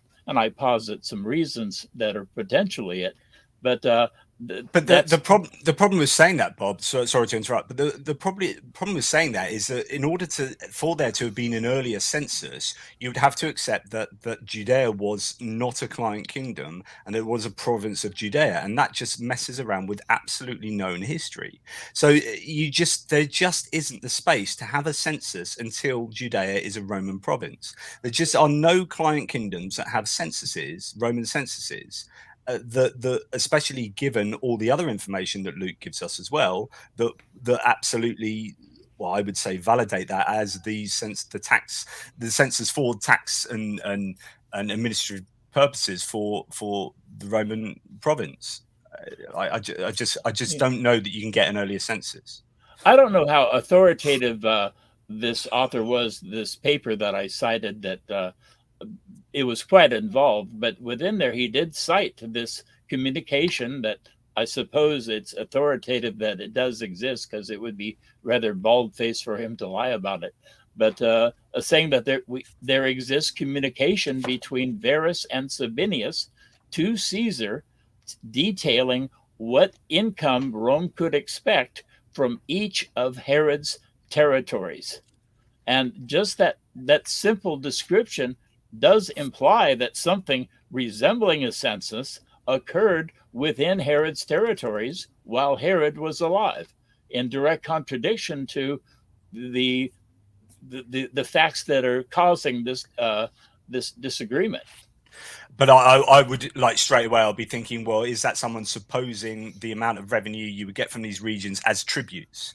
So if you're saying, right, Herod has to give a tribute every year to Rome because it's a client kingdom, then what are the more prosperous regions of his client kingdom, and which will turn out the greater tribute or the greater proportion to the overall tribute? You know, there I'd not read the paper at all, so so I'm just kind of like it's an involved read. It really is. Yeah, it looks like quite a large paper. I've just looked at it online. Is there anything else you want to add, Aaron? It's also, I think, probably worth adding also when it comes to administrative stuff in general, why these client kingdoms even existed in the first place. And in particular, while Herod was in many ways a terrible human being, as described by Josephus, he was an extremely good administrator, and he was very good at squeezing out money. So the whole point of having these client kingdoms is you'd have regions that are friendly to Rome, that will pay money to Rome, and doesn't have to then create the extra bureaucratic headache of having that sort of direct administration. If you can basically just have a region say, hey, we're going to be friendly with you, and we're going to send you money at the amount that you want on time, no questions asked, that's a whole lot better than having to send in troops and have to try to keep things under control directly. And Herod was particularly good at keeping things under his control, and he was such a good money manager that later he actually then became prefect actually for Syria province, that he was actually being allowed to also even do financial administration stuff for that entire extremely rich province, because he was just so good at it, and he was able to then do all the financing for all of his massive building projects at Caesarea Philippi or Caesarea Maritima. He's probably also responsible for some of the early construction in Syria at a place called Heliopolis, also called Baalbek. If you've seen pictures of this amazing structure with these very large stoneworks for the walls there, that was probably at least begun under Herod the Great and helped provide the funding for that. And details about Herod becoming this administrator in Syria province is actually in Josephus. So the fact of the matter is, already Rome was not only trusting Herod with basically squeezing money out of Judea, he was even trusting Herod with doing financial stuff in other Roman provinces, so that all of a sudden Augustus going to send in and have somebody then directly administer the finances of Judea seems extremely implausible while Herod is still alive. Yeah, thank you for that, Aaron. I've in my book there are several chapters on these side issues. For example, a chapter on the claim that there were two separate or someone was governor twice, i.e., Quirinius here, and how problematic that is as a claim. I mean, I won't go into the details now. And also, the various other claims that many apologists used to defend this 12-year gap or to get around it. But and on the client kingdom issue as well. And in fact, when I debated with Lydia McGrew, she threw out as a couple of claims that were possibility ergo probability claims. And I had to do exactly what Bob was talking about there, which is the Brandolini's law of spending so long to unpick those conceptual possibilities that she was throwing out. I had to do separate videos and separate articles, and yeah, it gets quite in depth. But to me, like the single biggest issue, I said that the 10-year gap was a single biggest issue, but I don't know. It's got a tough competition here with just the nature of the census and why Luke would have to go from one tax region to another tax region to register at his ancestral home. So here is one biblical translation of the Gospel of Luke. So now, in those days, a decree went out from Caesar Augustus that a census be taken of all the inhabited earth. This was the first census taken while Quirinius was governor of Syria, and everyone was on his way to register for the census, each to his own city. Joseph went up from Galilee, I mean it's down, but from the city of Nazareth to Judea to the city of David, which is called Bethlehem, because he was of the house of and family of David, in order to register along with Mary, who was engaged to him and was with child. So there's loads of issues with this. First and foremost, women didn't have to register, so that seems to be incorrect. You wouldn't take an 8-month pregnant woman to a census she didn't need to go to. It was 18 miles away through bandit country and ostensibly dangerous. And if you're going on a donkey or a cart, you would have a roadside birth almost certainly. I would claim. But it's this idea of each to his own city. So he goes to the Bethlehem because he's of the house of David, which is 41 generations, as according to Luke himself, before Joseph. So why 41 and not 30 and not 60 and not 2? So that's the issue. Why this arbitrary 41? So does that mean that everyone has to go to the city of their 41 generations past ancestor? There is no census in the history of the world that has required people to return to a city of their ancestors for a census.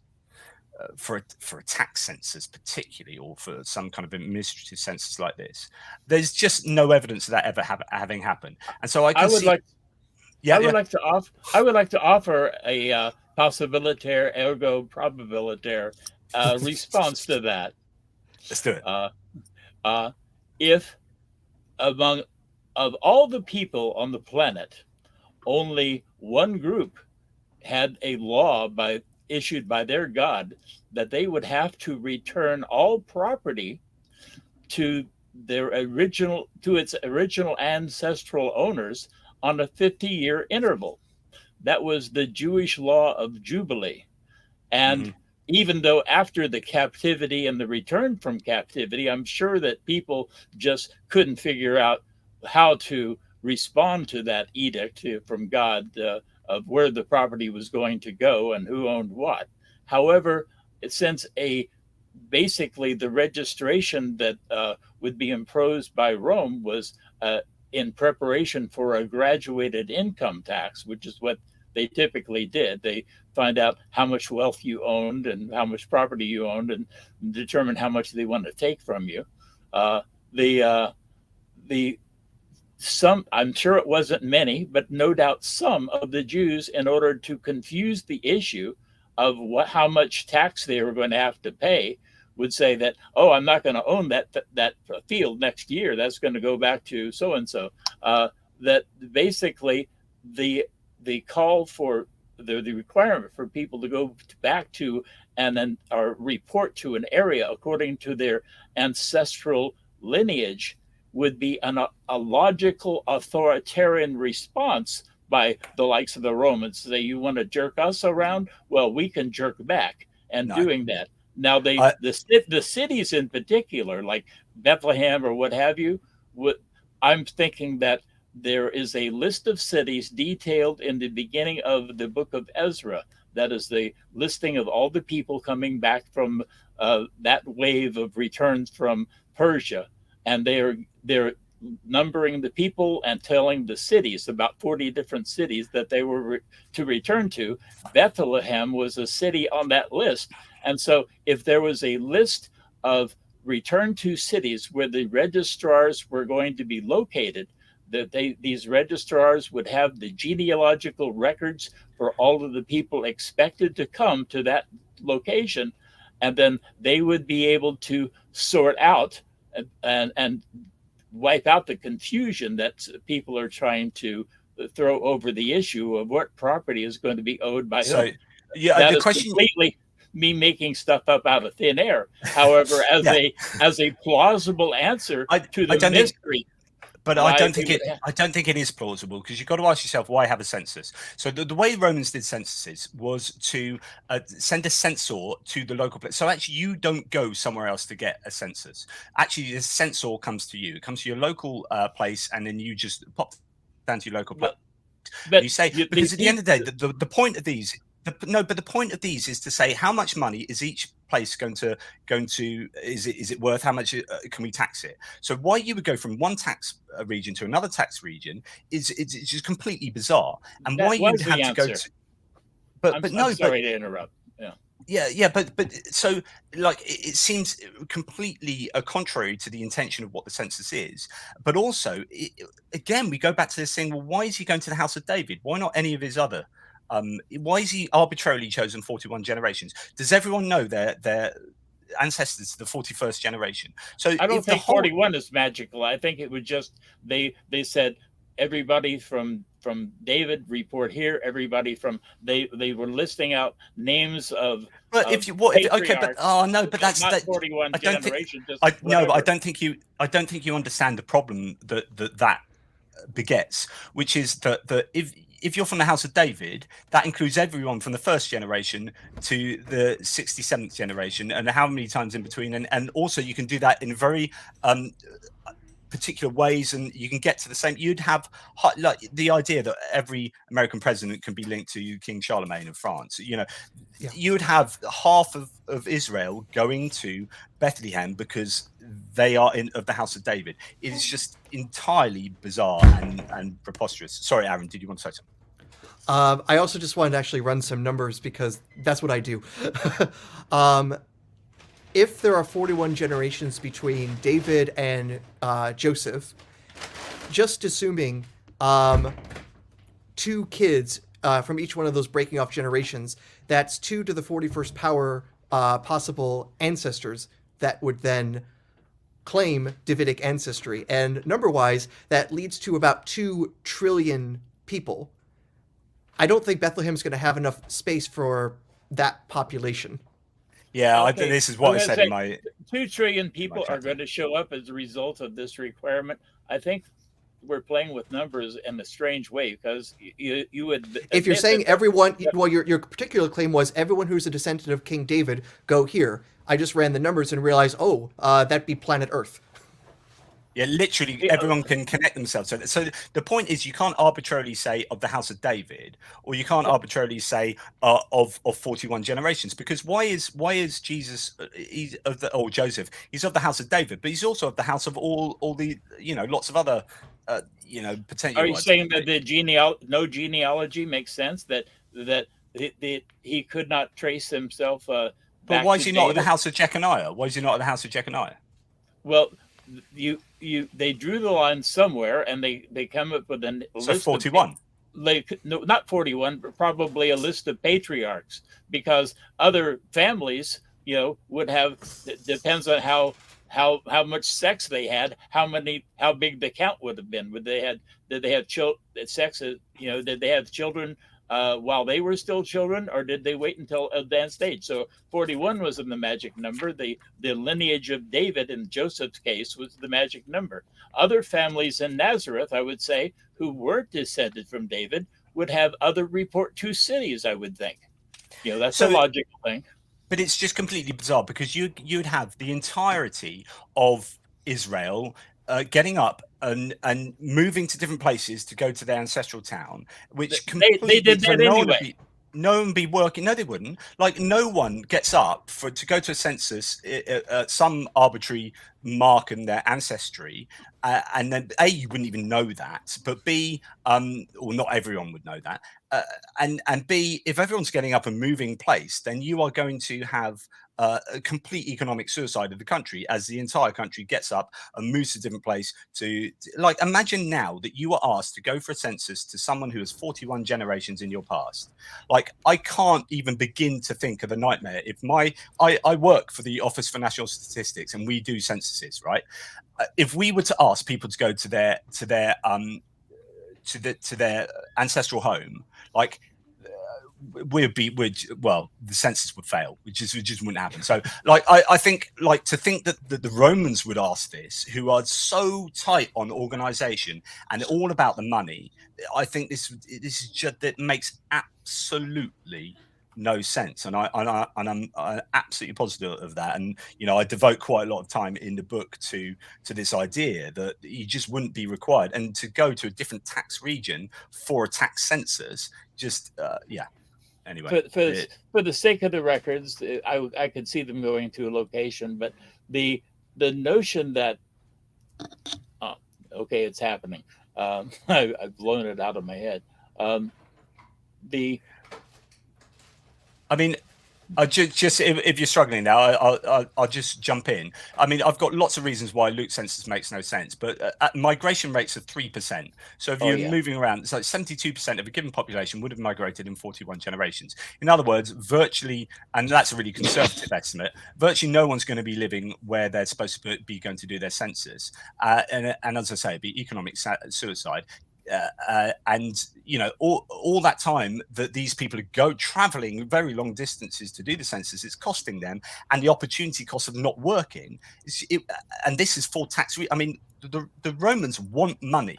Like the reason they're doing this is to maximize their money. So if they're saying we're going to give you a census because we want as much money from you as we can possibly get, but the census is going to cost you, and it's going to be, you know, it's going to bring the country to an economic standstill for 3 weeks, that is against our interests. I don't know that it makes any sense. Why 3 weeks? Could it have been for longer? It could have been for longer. It could have been for shorter. I mean, that's arbitrarily.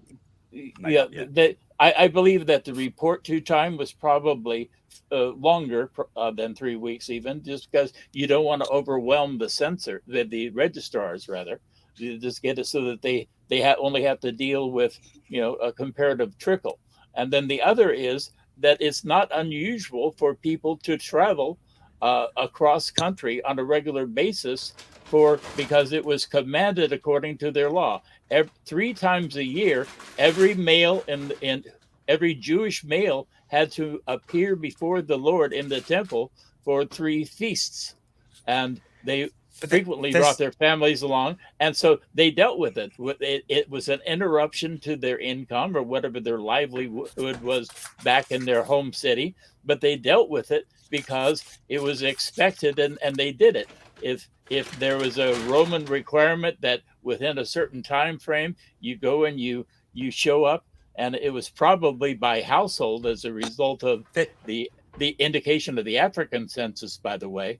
If the African census is not justification for by genealogy reason to go, it was a justification that everybody in the household should appear, because that's built into the edict that the governor in Africa and in Egypt laid, that he said, if anybody is out, if anyone is out of their home area, they should go there, because the registration so this is a really, by household is there. That's a really common apologetic, and I will answer that one. But the idea is that no Roman census has done what you are claiming has happened in the history of Rome, in the history of the Roman Empire. That wasn't what I said. I know. I don't agree with apologists on citing that, but the buried information in the in the edicts from the Egyptian Oh no, governor. I wasn't. Sorry, I Says, wasn't talking since, about the Egyptian one yet. So I hadn't gotten okay, to I'm that. sorry. I think I'm just sorry. in general, like the demand to go to an ancestral place for a Roman census, is it just it's never existed in the There's no evidence of that anywhere in history, and it's only so. And Raymond Brown, the great Catholic exegete, said basically something, I'm paraphrasing, but he said basically the only reason you would posit something like this is if you really, really wanted it to be true. And like, he's basically saying like there is no, unless you're doing wishful thinking, all of these apologetics don't really work. But the Egyptian one's really interesting. Apologists do use this, and they say here's evidence that people did go to their ancestral homes, but it isn't that. So what the Egyptian census did, and it's very clever, it makes perfect sense, is that there were a lot of itinerant workers, which means to say you were going to work, and I'm going to make this up, but say you're going to work on the pyramids over there, right? And you're building the pyramids, but you actually live like 50 miles away, and that's where you would return to. So you've gone away for 6 months to work as a laborer, and you're working over there, but you live here, and your money is based here, and your property is here, and your family is here. What that census said is that you have to return to your home, not to your ancestral home. You have to return. If you're an itinerant worker, you have to return to your home to do the census, because that's where you live, and that's where you will be living once you finish your contract, if you like. But otherwise, you'll be working over there. So, but Christian apologists take that and say, oh, this is evidence of returning to an ancestral home. And it's absolutely 100% not that. Anyway, I just thought I'd do that because I address that in my book, because that's a real bugbear I have. At the beginning of that edict from that, by the way, I'm agreeing with you on your interpretation of the limited applicability of what went on in that Egyptian census. But what is at the very beginning of the edict, he says, since the enrollment by household is, actually I have it right in front of me. Since the enrollments by households is approaching, it is necessary to command all who for any reason are out of their own district to return to their own home in order to perform the usual business of the taxation. That's from Maximus Gaius Vibius Maximus. Anyway, but since it's kind of an offhand way at the beginning of that, he says, since the enrollment by households is approaching. And I'm thinking, well, that kind of answers the one objection you had, that Mary would be required to attend the census wherever it was. Well, we know in Roman censuses that women were not required to No, I mean register. The enrollments by households. It says anyone who it was out of their own district returned to their own home. That did not include women. That will be women referring to male workers. Yeah, almost certainly. Women could be working. It basically would be including the people who actually own property, so they have things to actually tax. Yeah. Okay, so households doesn't mean the women in this case. Households could mean insofar as the man has to return to the household to also account for all the slaves he owns, because that would also be taxable property. Yeah, so when the term household is there, it doesn't actually even necessarily mean children and wife and that. It basically means all the taxable stuff in the household, which can include the heads of slaves and things like that. So just to move slightly sideways, so we talked a little bit about how women are not required at census. She was 8-9 months pregnant. She'd be going for 80 miles, maybe on a donkey, maybe on a cart, maybe on foot, but that'd be even worse. I'd say surely she would have miscarried. Some claim it's protect her from stoning, but we talked about that earlier. So now we're going to move on, because Aaron's been waiting patiently. I'm sorry. We're at no. Sorry, that was not to do with you, Bob. No, I wasn't saying that. So this is, Aaron's thing, the Magi. Do you want to explain the problem of the Magi, Aaron, and how, I suppose, first of all, the issue that Herod and Magi don't even appear in Luke, and how weird that is? Yeah. Again, if you put Matthew on one side, Luke on the other, and you're trying to see what they have in common, one of the things that'll strike you is, hey, there is absolutely no mention of Magi or these wise men characters across both of them. In fact, if you want to find anyone even with the title of Magus in the works of Luke, you're going to have to go to the book of Acts, where those are the people who, I think in modern parlance we would say were no bueno. Very much in the works of Luke Acts, Magi or Magians are considered sorcerers, or bad dudes who need to mend their ways and come to the true religion, basically. On the other hand, in Matthew, the Magi are these figures who appear to be quite reverent, who basically seem to be doing what is appropriate, even when the Jewish elites themselves don't realize that they are not properly worshiping the Son of God. So it's an interesting contrast there. But the other big thing is the fact that, yeah, these wise men, they show up, they have no mention at all in Luke, and they are central to the drama that happens in the second chapter of Matthew. If there are no magi, there is just like no story, and there's no sense of Herod becoming even aware of the birth of Jesus. And so no attempt to make the Holy Family run for their lives or the slaughter of the innocents. It is a central thing that Luke just somehow completely shows no awareness of, or purposefully elides because it doesn't fit in his theology. And I think it's worth also, like I was going to say, actually, if you look at the commonalities between the two stories in Luke and Matthew, the only commonality is that Jesus was born in Bethlehem and then went back to live in Nazareth, and that's it. Those are the only two commonalities. But there's another major commonality between the two Gospels, and that is in terms of the content of the fact that you have verbatim transcripts of supernatural utterances from angels to people while they were in private or while they were in dreams. Those remarkable things appear in both Gospels.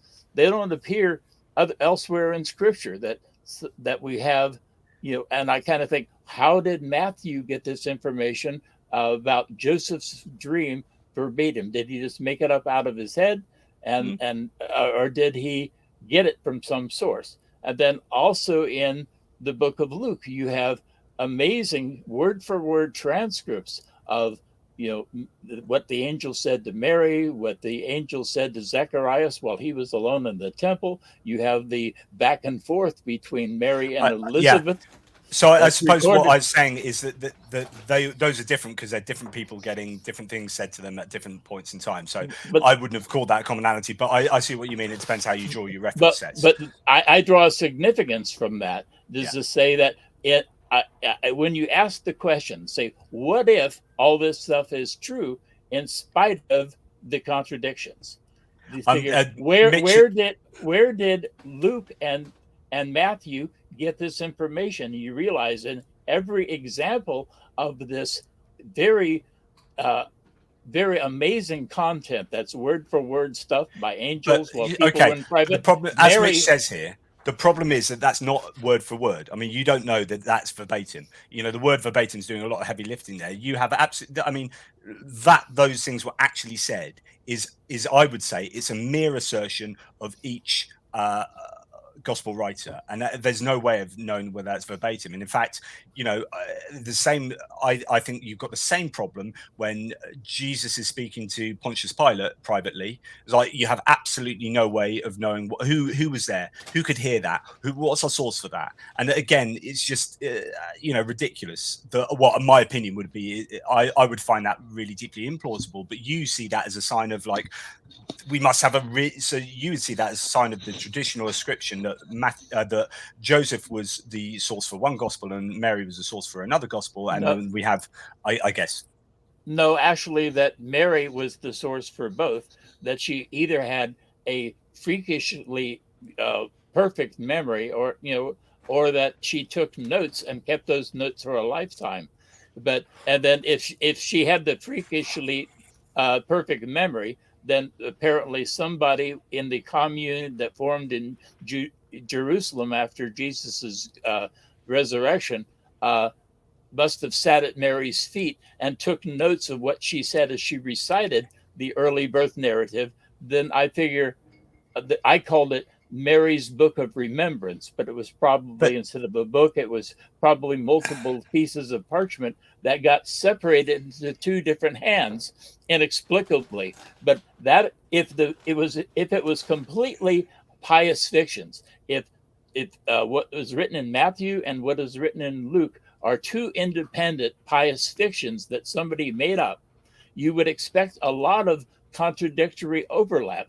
And there is essentially no overlap at all. I think there's an awful lot of work being done here by by sort of this must have happened. This, I think there's so much conjecture here. I would have to say, indeed there is, but there's some unanswered questions that you have to answer, even on the side of, if you say it's a bunch of dingoes' kidneys, that you figure that somebody in the future must have done such and such, and therefore they did. That is your stance, that somebody in the future had to do this, and if they wrote these as pious fictions, then why isn't there more overlap? Why don't they contradict each other about where Jesus is born? I think the idea that a girl basically is betrothed to a tecton, to a carpenter or a labourer, took notes on paper and was literate to write, when the percentage chance of that happening is extremely low, I think is just deeply implausible. But Aaron, I just want to return, if you can, to the Magi, and this issue that we have with the Magi. And obviously you've talked about how they don't appear in Luke at all. And I think it's worth remembering as well that the other three Gospels don't mention that Jesus was visited by by Magi from the east, who gave him presents, who followed a star, and then Herod chased Jesus's family away to a different country where they lived for probably a couple of years before returning. No one else mentions that. Like Mark, Luke, and John do not mention the king of the country chasing Jesus's family away. I just say, and killing babies on account of Jesus' existence. It's just, that to me is phenomenal. Well, here's the thing. It's even worse than that. To basically be like the infomercials, but wait, there's more. The fact that these wise men coming along aren't just like your local pastor. The Magi from the east are part of the Zoroastrian priesthood, and the priesthood was an integral part of the Persian government and the Persian Empire. Quite literally, if you became king of the Persian Empire, you became the Shah, the king of kings, you basically had to be voted into that position by the various elites and by the Magian priesthood. So literally, the wise men that these people are supposed to be a part of are literally people who say who is going to actually run the Persian Empire. They are, of course, extremely integral to the religion of the Persians, namely Zoroastrianism. So them coming from Persia into a Roman client kingdom to declare someone else as king is usurping both the authority of Herod and Caesar Augustus.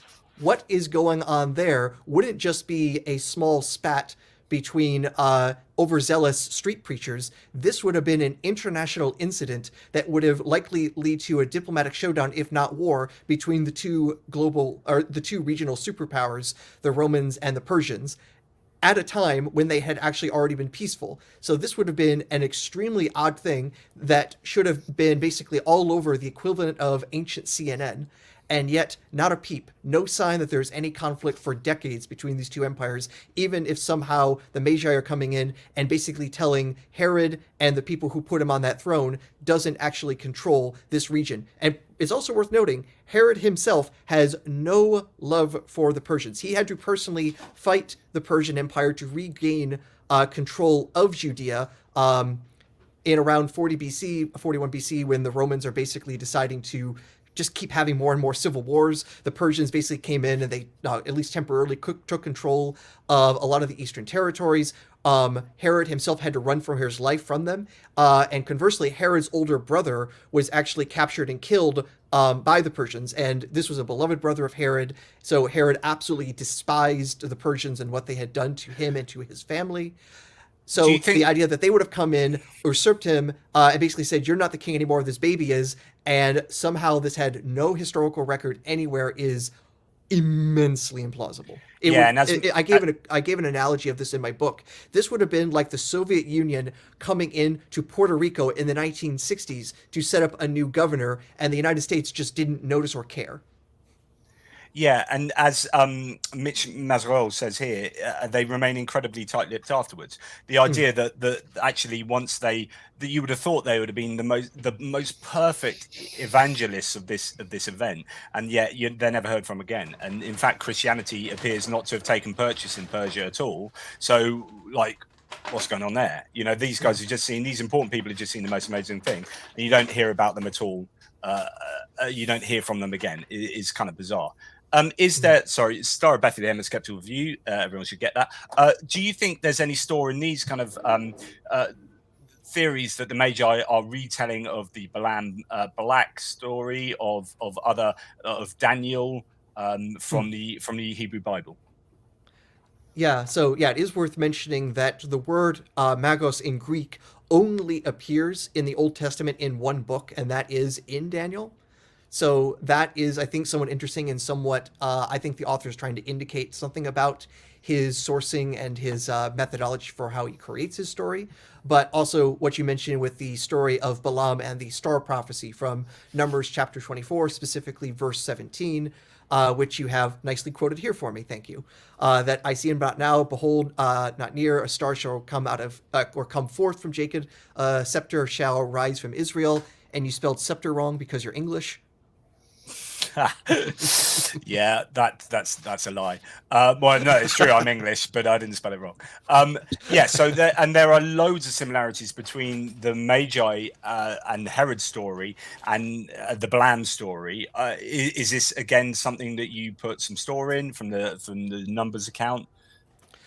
Yeah, at the very least, what I put the greatest weight on is that we know that the Numbers prophecy was a very popular messianic prophecy in the 1st and 2nd centuries AD. It is very clearly cited multiple times in the Dead Sea Scrolls. It might be hinted at by Josephus when he's saying that Vespasian would become the true Messiah that the Jews were looking for, but he's not exactly clear what his source is there. But even more clearly in the early 2nd century, in the Bar Kokhba revolt in the 130s, where literally Simon or Bar Kokhba changed his name to Bar Kokhba to literally be son of the star. And the famous Rabbi Akiba basically cited Numbers 24:17 and saying that Bar Kokhba was the fulfillment of that. Of course, if you know your Jewish history, you know that revolt went no better than the one that in 70 took place. So this is say that it looks like it could be Matthew using a bit of that, retelling the old Hebrew story or the old stories from the Hebrew Bible in a new and current way in order for those stories to be kind of reinvented and to have that extra purchase, or for stories about, say in this case, Jesus, to be given some kind of validation by going back to those older stories. Now, what can you tell us about the Star of Bethlehem? And I know Bob would want to come in. He did a video on this recently. Well, but I've been wanting to jump in at several points. Yeah, sorry. I have. This is probably the last point we're going to make. So that about the star before we wrap it up. I purchased 3 of your books, Jonathan, and I purchased That's why you're a good man.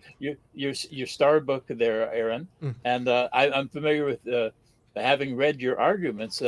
I just wonder, were any of the Magi atheists, or did they all buy into Zoroastrianism? Atheism has a long history existing through the ages. Not everybody bought into the current religion of the day. So the way that you can just say as a blanket statement that somebody 2,000 years ago would have done such and such is painting with a pretty broad brush. We don't know exactly who these people were. We don't know if they ascribed to this dogma or another dogma. We don't know if they're part of this. Were they part of the king-making delegation? Were they on that king-making committee back home in Parthia at that time? Or were they perhaps did they have a different career path? Were they administrators, or was like astrology rather than just being a mystical undertaking is also a career path? You had a pagan Roman slave queen at that time who you could have been doing horoscopes for her just as a way So to get money. who were the Magi, Yeah. and how did they get to follow this star? You want my No, speculated answer on that? I was going for Aaron, okay. and then Okay, I'm we'll sorry. have your counterpoint. Well, I do want to though address what Bob was saying, because I think it's worth interacting with that. So the thing is, when I say this is what Magi are like, it's also because this was a religious caste, and literally you only became a Magi because your father was a Magi. It was a patrilineal position. So basically, your father was a doctor, your grandfather was a doctor, you're going to be a doctor, that sort of thing. So It wasn't just a Chaldee scholar. Chaldeans are a completely different group. To mix the two is to mix like Iraqis and Iranians.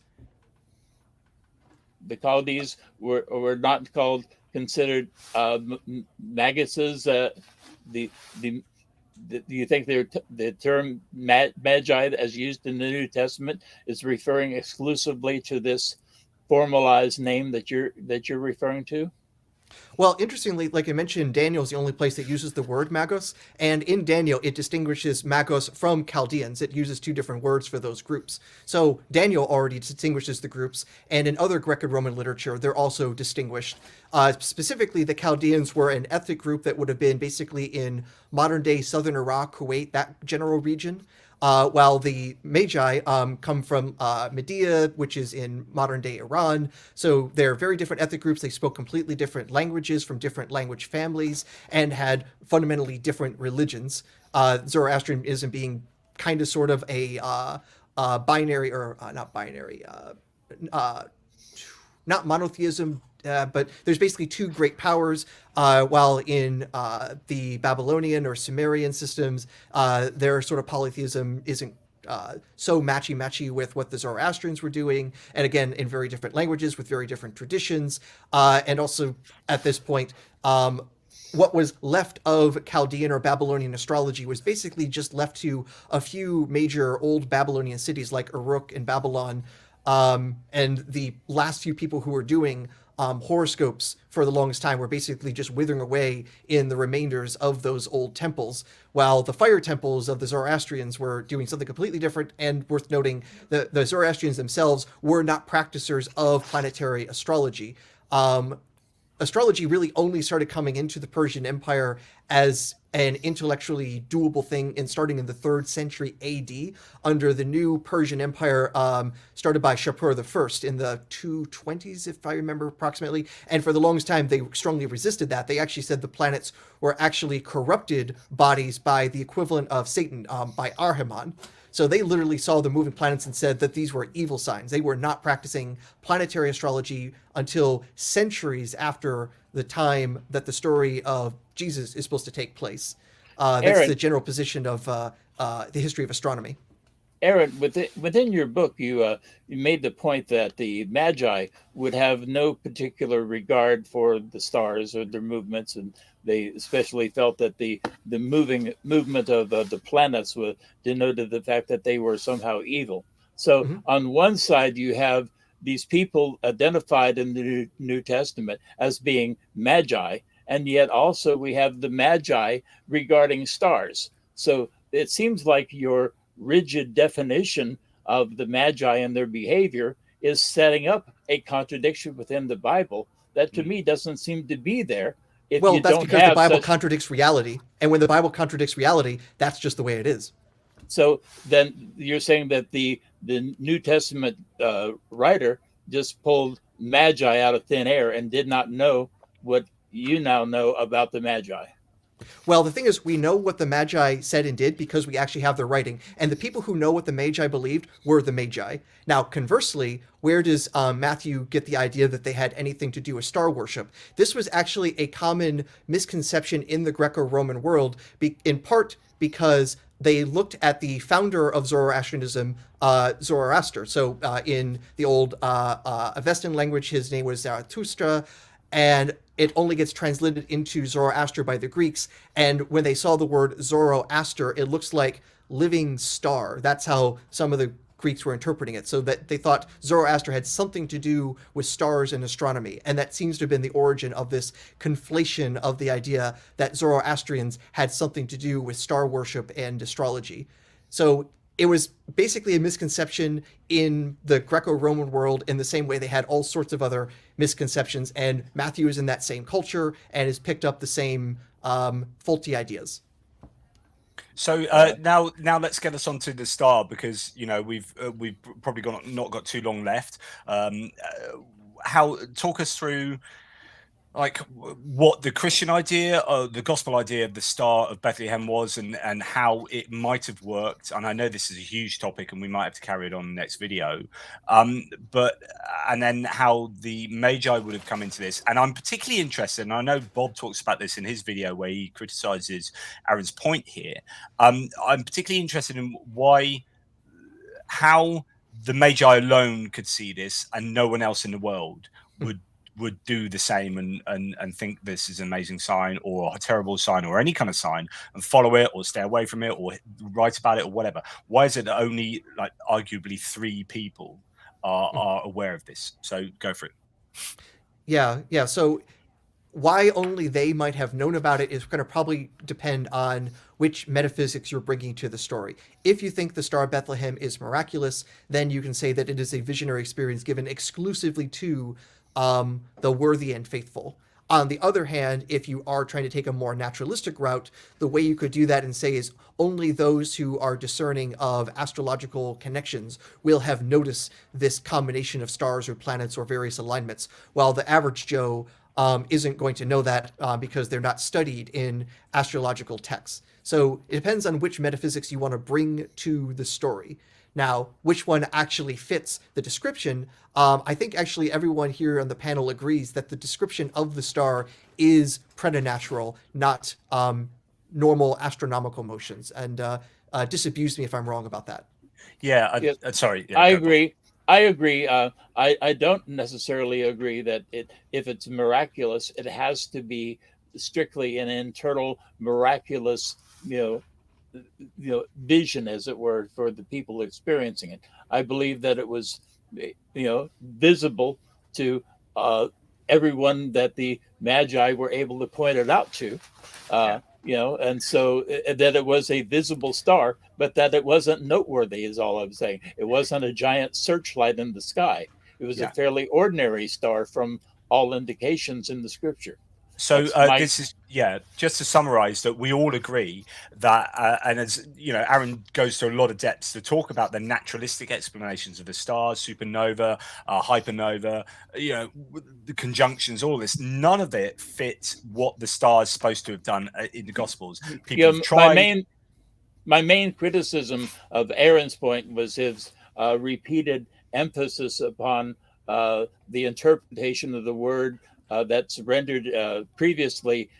We saw the star in the east. He liked the translation.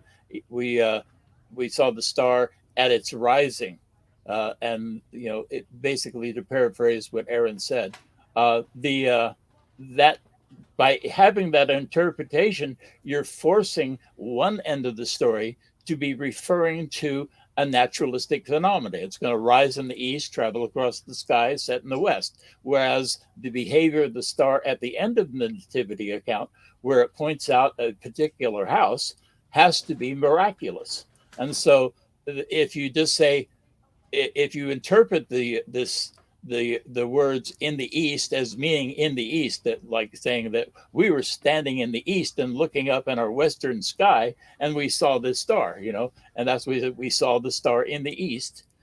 With that meaning, the star can be miraculous and hanging over Bethlehem the whole time that we're talking about it.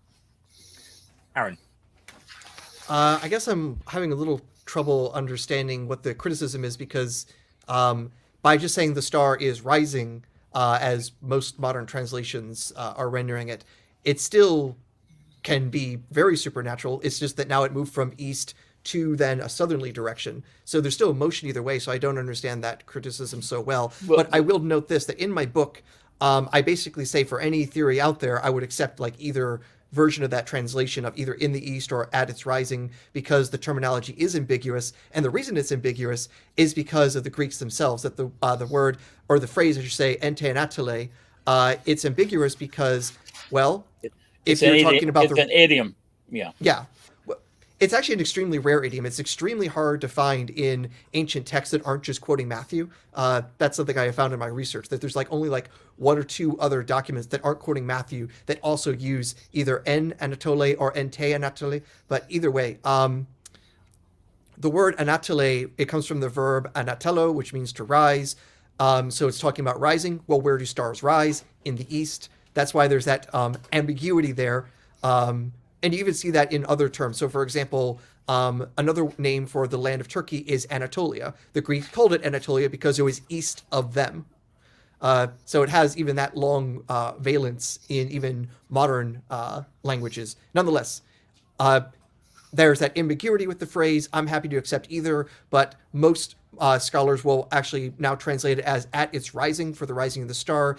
And there are some subtle hints on Matthew's part that he's distinguishing Anatole in terms of rising and Anatole in terms of direction, because when he talks about the wise men from the east, he doesn't use the preposition and he uses the plural, while in the case of the star, and he says it's ente Anatole, he's using the definite article and in the singular, so it seems like some indication that he's trying to say there is some linguistic difference between the two uses. It's a fairly small difference, though, and it's hard to see how many readers get it. So let's go on to the how does this supernatural star work, and what do the Magi do?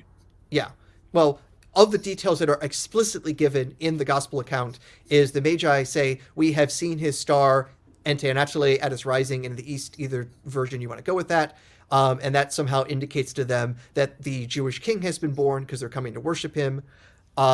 They tell something to Herod about its exact timing of when they saw it, which then later probably indicates to Herod when he was going to be killing babies, how far back in time to look for infants. But the other details about the star come in just basically one more verse, and it says, and lo, the star which they had seen earlier, ente Anatole, it went before them until it arrived and stood over the place where the young child was. But there's a problem before that, which is to say that there's a dog leg that they do, and they follow the star to Jerusalem, and then they lose the star. And actually, Jerusalem is kind of north. Oh yeah. Well, I like I said, I wanted to be explicit about what Matthew says, so he never explicitly says the star disappeared or anything like that and then reappeared. True. It's a reasonable interpretation, and many later accounts, like pseudo or apocryphal infancy stories, would take that up.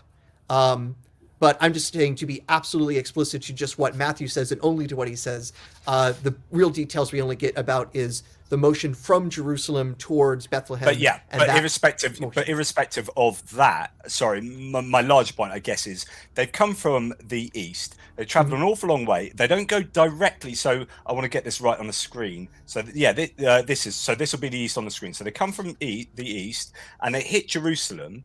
But Bethlehem is down here, right? Yes. And so they don't go directly to Bethlehem. They're not following the star directly to Bethlehem. They go somehow end up in Jerusalem, and then yada yada yada. Then Herod gets involved, and then they go to Bethlehem. So for me, looking at this skeptically, this looks like a technique of just getting Herod involved in the story. Because if they're gone directly to Bethlehem, Herod doesn't find out about the star, doesn't find out about Jesus. Why did they get Herod involved? What was because he's a new pharaoh. No, okay, so he's got to. So basically, Matthew is retelling the Moses story here, because this is why Herod chases Jesus out of Egypt, and so then Jesus comes into Egypt, where he stays for a couple of years. Herod dies, and also Herod kills these children, slaughter the innocent. So it's like a retelling of the killing of the firstborn in the Exodus story. And then then we have this prophecy, which is harking back to the Exodus story, which is out of Egypt, I will call my son Israel. And so just like Moses came out of Egypt to form Israel, so Jesus comes out of Egypt, and is basically Matthew is retelling the entire Pharaoh Moses story. So the Herod is the Pharaoh, but without getting Herod involved, none of this happens. He can't retell that story, so he has to get Herod involved, and the only way he can get him involved is if somehow the Magi do a dogleg by going to Jerusalem, telling everyone that the Messiah is going to be born, the new king's going to be born. Herod getting wind of this, going mental, talking about a prophecy that apparently didn't hear about before, and then does the rest. Sorry, I interrupted everyone. In my book, The Harmony of the Nativities, I tell a fairly plausible scenario, and it's strictly that, it's plausible because we don't have a detailed history that we can point at. But nevertheless, you can come up with a scenario where, let's say, a miraculous star appears above Jesus. It's a sufficient altitude that to be visible in a neighboring country by star experts who are knowledgeable about what goes in the sky where, and this gets their attention because it's not moving. When they first notice it, I have it in my book, the Harmony of the Nativities. I have it appearing right on top of the Pleiades, because that's typically looked at as a eye test to when you're checking somebody's vision, as they were checking out a new lad who was going to be their spotter.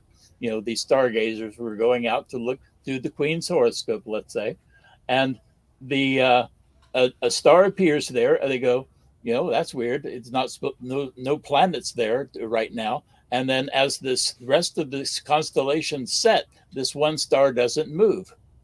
And if over the course of days, the star is still there every night, it disappears with daylight because it's not especially bright. It's, in the order of the same brightness as the other stars of the Pleiades, let's say. It's not an extremely bright star. They just know it doesn't belong, and it's not moving because it's still above Jesus. It's about 300 miles up, apparently, or something like that, to give them a decent look angle from their location, 800 miles to the east of Jerusalem. If they compare notes with another stargazer who happens to notice it also from his location in a distant city, they are able to, map making and mathematics is advanced enough. If there is any kind of a discernible parallax offset between these sightings at the same time, they'll figure out, hey, this is like 800 miles to the west of us. We can walk to this thing. Okay. And so they mount an expedition. While they are walking, while they are traveling, however they travel, the thing gets higher and higher in the sky each night. Now, it's hard to find because you're out there in the middle of the desert. There's no, nothing to blur the sky of the thousands of skies that are slowly moving past this one ordinary star that's not moving. Some nights they might have difficulty acquiring it again because its position is changing. The rest of the sky is moving past it. And maybe there's an overcast night occasionally. They apparently lost track of the star, as you figure, that they lost track of the star while they are approaching. From way back in Parthia, they couldn't tell the difference between the look angle if it's above Bethlehem or above Jerusalem. They're thinking there's something else that makes them think King of the Jews, so they're thinking the capital city, Jerusalem, is where they're headed. Okay, and when they lose track of the star, they're asking around in Jerusalem and stuff, and they're not getting the results. They get called into Herod's presence, and he reveals what he was told by the scribes and whatnot. And then excitedly, basically, Herod calls them into his court, into his chambers in the evening. And while it's still night, they rush off to Bethlehem. Apparently, the science nerds they are, they're hot on the trail of this thing. Okay. And when they leave the southern gate of Jerusalem, apparently heading for Bethlehem, they are over the top excited to see the star again. And I figure, how in the world could you identify a star that's just like any other star that's up there? How would it identify itself? They said the same star which they saw in the east when they saw it again. And I figure they must have probably seen it in the same constellation as they originally saw it. That's how you identify a star. It's more than color or brilliance. You identify stars by their position relative to other stars. So I'm figuring probably God did a miracle for them right then and there and put the star right where they saw it before, except it was higher in the sky at that time, right over their heads, basically. When they had it out, and then I figured if the star was 300 miles up, say, while they were in Parthia, in order to come and point out an individual house, it would have to descend to a height of a maximum, I figure, of 300 feet at most, could be how high the star would have to be down to in order to point out a particular house. So it would have to descend from this altitude where they first saw it in Parthia to this 300-foot altitude. Okay, and it would have to also get darker as that happened, get dimmer as that happened. Yeah. And so, but the cool thing about this, and I forced my way past you when you jump in there because I wanted to say this one last point. There would be an apparent motion. The descent of the star would cause an apparent motion towards the house underneath the star, regardless of where they are relative to that house.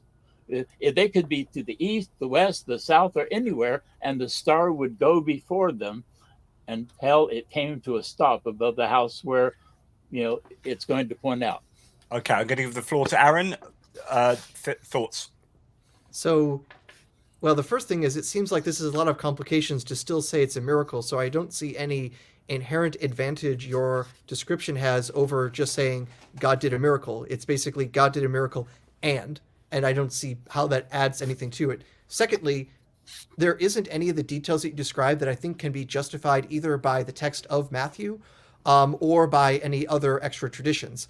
I think if we're going to say it's a miracle no matter what, why not just go with the traditions that we see such in the revelation of the Magi, where Jesus literally is the star that appears to the Magi in a cave out in the land of Shinar, and then directly led them all the way to Jerusalem and feeding them along the way. If we're still having miracles, why not at least go with the miracle that at least has some textual tradition to justify it, rather than the unfortunately ad hoc explanation you have? It was visible.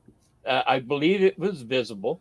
It was something that they were able to follow, and it was able to indicate a particular house where it was. So I concocted that entire scenario as a way to satisfy all of the behaviors we see in the star.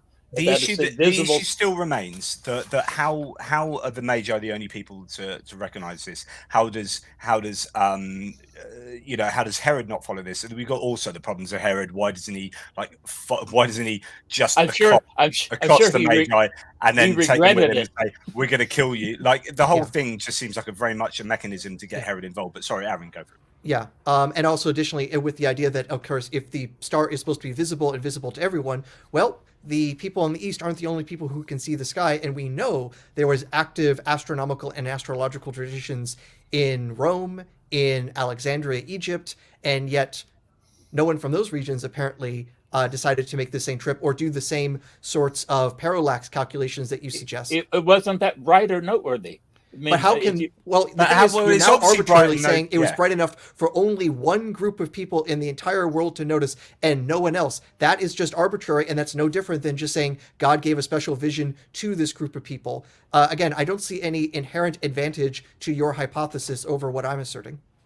I think the really big problem is the idea that only the Magi see anything spectacular, anything that's worthy of following, anything that signifies something of such great importance, and anything that is worthy of documenting and talking about. And in fact, they don't document it. So it just seems like the whole story is a hugely problematic thing.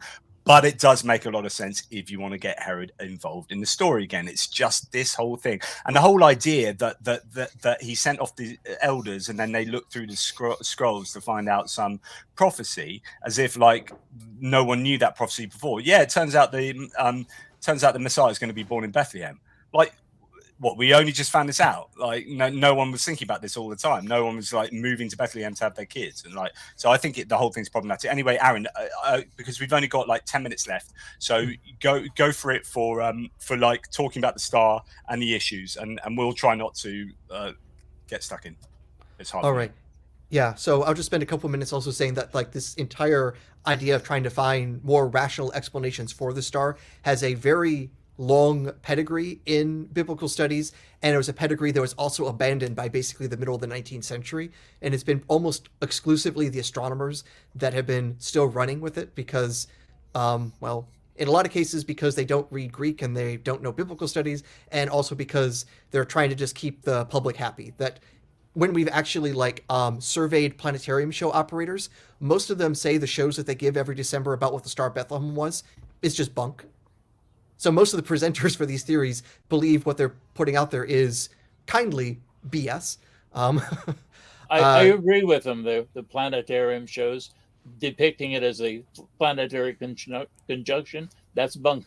Yes. yeah, it's bunk, but we've been pushing the bunk since literally the early 1930s, with small modifications, but still not allowing the idea to say, hey, the star is actually miraculous, and actually most Bible scholars will tell you this is probably creative imagination or theological repurposing of Old Testament things by the author of the gospel. You definitely don't get that in a given planetarium show. So that's kind of like that long history of rationalizing things, and the only group left doing it is basically doing it. A lot of it is for PR, and a lot of it is people who don't know better, which is one of the reasons I wrote my book, to make people know better. We seem to all agree that ultimately what is described in this star account is something out of this world. And if we have something extraordinary like that, we need extraordinarily good evidence for it.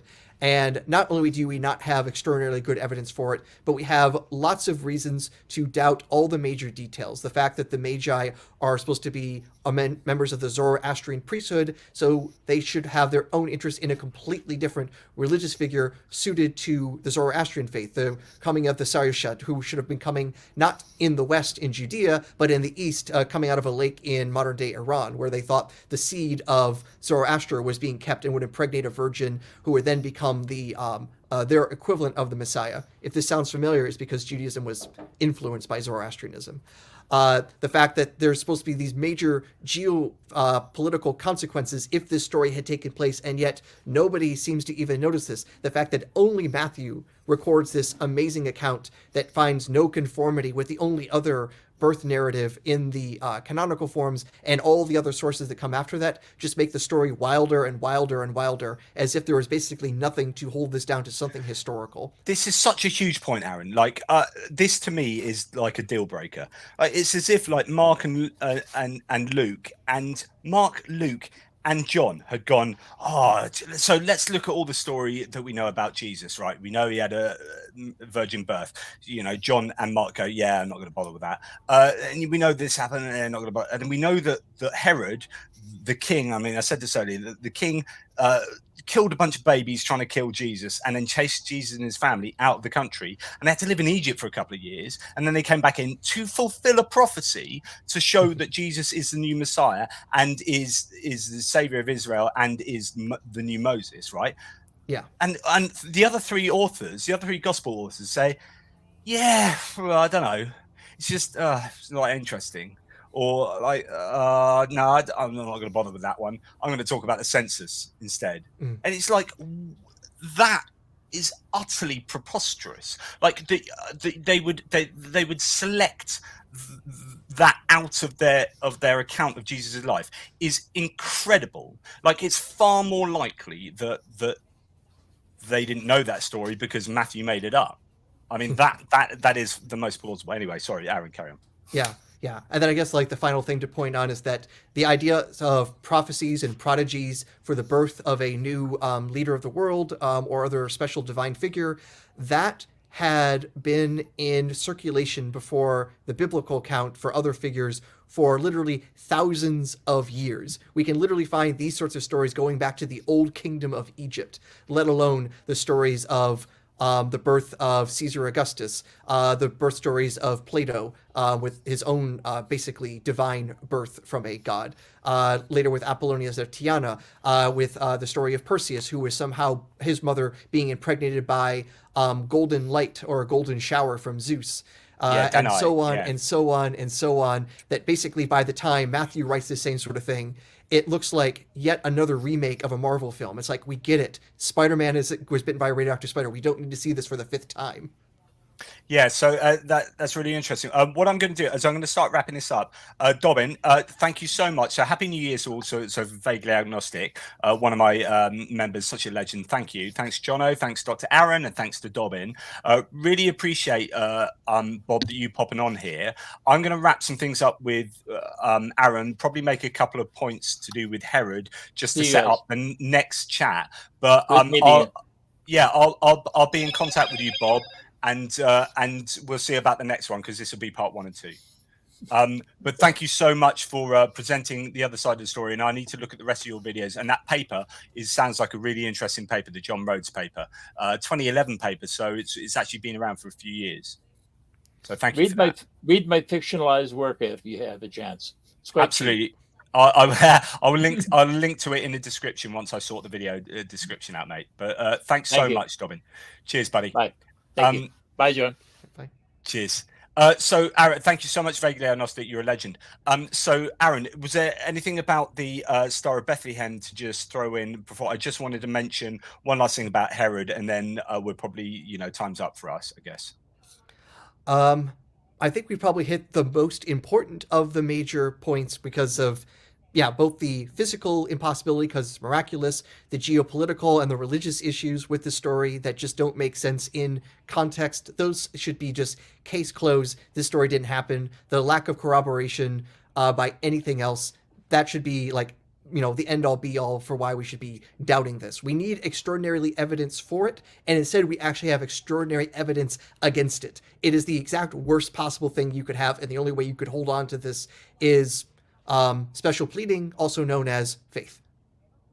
What I wanted to get your opinion on, thank you so much to Mitch Mazzarella, who supports this channel so much, and also my ATP Geopolitics. If anyone's interested in the politics of the world, geopolitics and the Ukraine war, please check out my sub channel.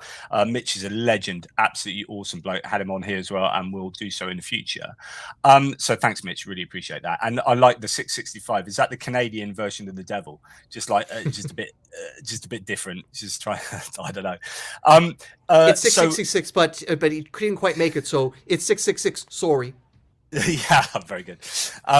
So Herod, with the whole getting involved in this story, also acts very bizarrely. And I don't know if you have anything to say about this. So, he should have followed the Magi. I sort of hinted about this earlier. Like, if Herod really wanted to kill Jesus, and we know he was a vicious character, he would have said to the 3 Magi, it wouldn't have been like, once you've seen Jesus, come back to us and tell us where he is, which is what happens. And then they don't do that because they're warned by Jesus by an angel, and that's a really big problem. I'm going to talk about that in a second.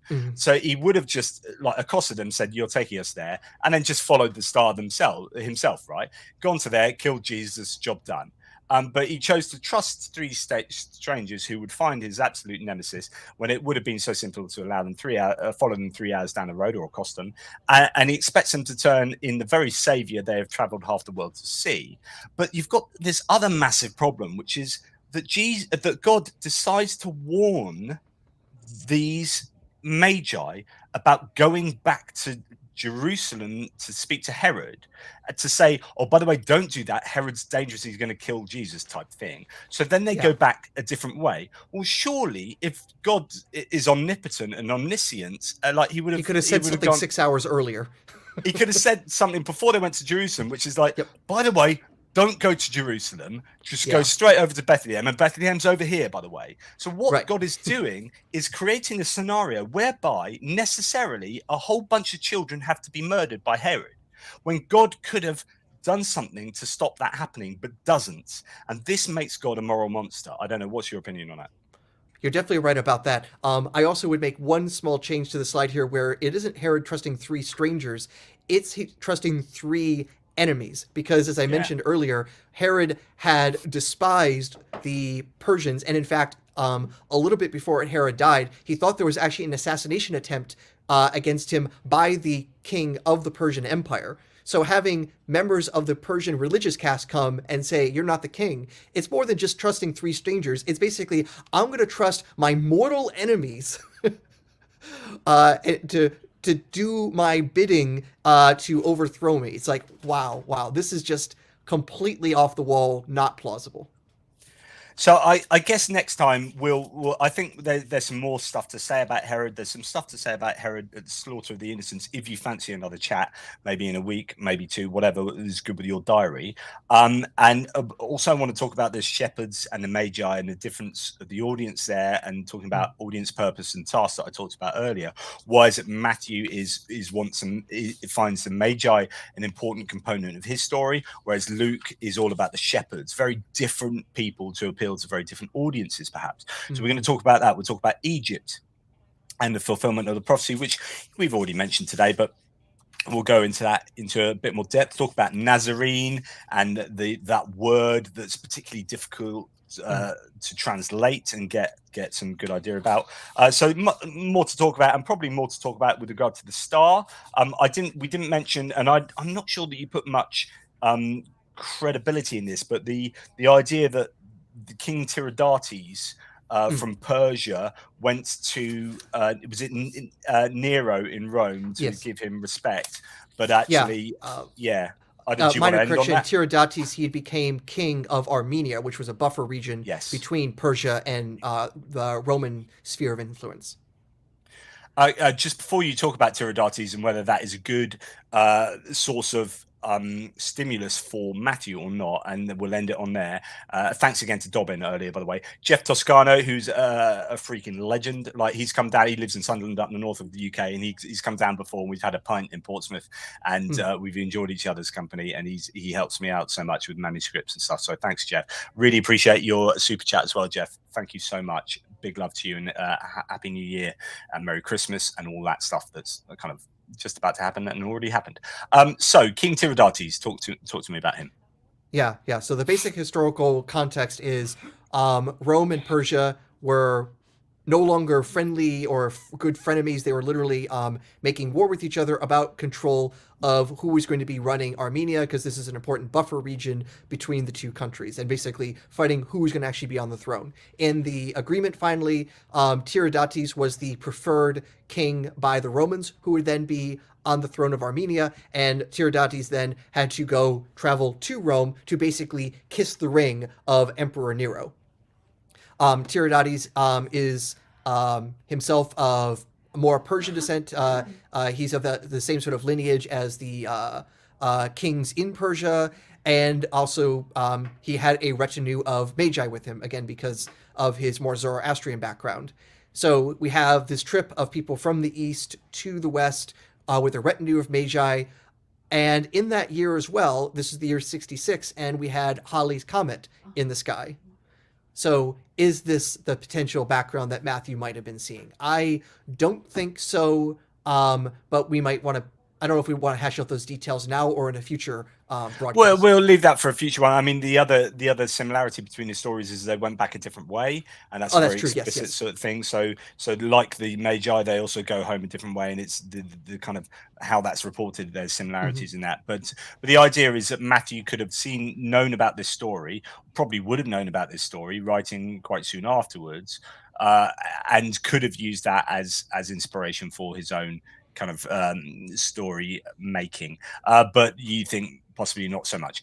But anyway, something to think about. Hopefully there's been enough sort of nuggets of I don't know, skepticism here for you guys watching to get something out of and enjoy. We have done a bit of it, although it's like 2.5 hours now. It's been quite whistle stop, because actually quite a few of these points I could do, and I have done actually, videos like an 1.5 hour video just on the census. I could do like 2 hours on the census. I could do an hour on. We didn't even mention these stones that are lapis tibetinus, like these kind of engraved stones that supposedly give evidence of a double rulership. That's a load of nonsense. Oh yeah. Micro letters on coins and all sorts of things that apologists throw out there that are just debunkable I would say relatively easily, but we haven't even sort of touched on them. Yeah. So there's so much more to talk about. I guess the only way to find out the most information about what we are talking, Aaron, is to first of all get my book, Nativity, A Critical Examination, and second of all, get The Star of Bethlehem, A Skeptical View. That's Aaron's book on the Star of Bethlehem, but touches on so much other stuff as well. Really, really interesting book. So it's not just a book that's about this minute area of the Star of Bethlehem. As you've seen from what Aaron said tonight, there's lots of other nuggets of information he brings in. And in fact, he would kind of like to update that book. He's got so much more knowledge about the subject matter than when he wrote the book. That would be a great plan for him. But thank you very much to VA, Vaguely Agnostic, Mitch Mazarol, and Jeff Toscano. Really appreciate your support, guys. If there's a last minute question for Aaron or myself, get it in now. You've got about 2 minutes. Aaron, what's the final thing that you want to say? Anything that you haven't talked about that you kind of thought, I should have mentioned that? Well, I think we've probably hit a lot of the super important things, but of course, as you say, we could go even just for an hour talking about how senseless the census was. Oh God, I love talking about the census. Yeah, and I just like the title, Senseless Census. Yes, but I cannot say it 3 times fast. let's do that. Let's just do that for an hour. Yeah, definitely. All right. So, and also, it is worth noting, if we want to do another broadcast, literally a week from today is Epiphany. There you go.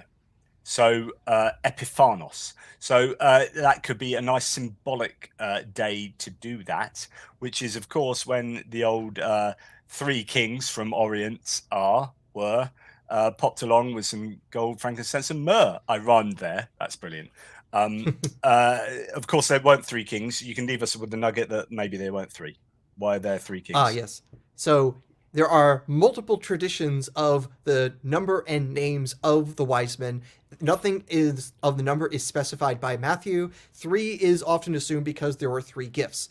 And then it's only in like the 5th or 6th century that we get our earliest reckoning of the 3 names of Melchior, Balthasar, and Gasper. And yes, I'm saying Gasper because later it became Casper because somebody made a typo when they wrote down the name. Interesting. That's a nugget I didn't know. I always thought there were 19 wise men. I thought that was a much nicer number because it's like a gematria plus 5 or something. I'm obviously talking rubbish. Yeah, true. So thank you for that, Aaron. Thank you for everyone watching. Happy New Year. We will be back within a short time span to just, I think, do the second part of this, maybe talk a little bit more about the census because everyone loves a bit of that. And by everyone, I mean me and maybe Aaron. There's one other thing we have to include in our future talk. How do aliens fit in? Of course. And just to remind people, Aaron and I have co-written a book, which is just getting the last bit of sort of proofing done. And that is Aliens and Religion. So the impact of discovering intelligent alien life on theology and religions. Please check out that. That is coming out early in the new year, I hope. We hope. Yes. Yeah, and it will also connect to the Christmas story for multiple things. One, about the issues of the incarnation, but also some people have tried to use aliens to explain the nativity story itself, from the Star of Bethlehem to Mary's miraculous insemination. Yeah, there is no legwork that aliens can't do in explaining anything. And there you go. I personally think the whole Mary's pregnancy was probably aliens, but there you go. That's another story. Anyway, thank you so much, everyone. Toodle pips. Happy New Year. Thanks for your support. Laters.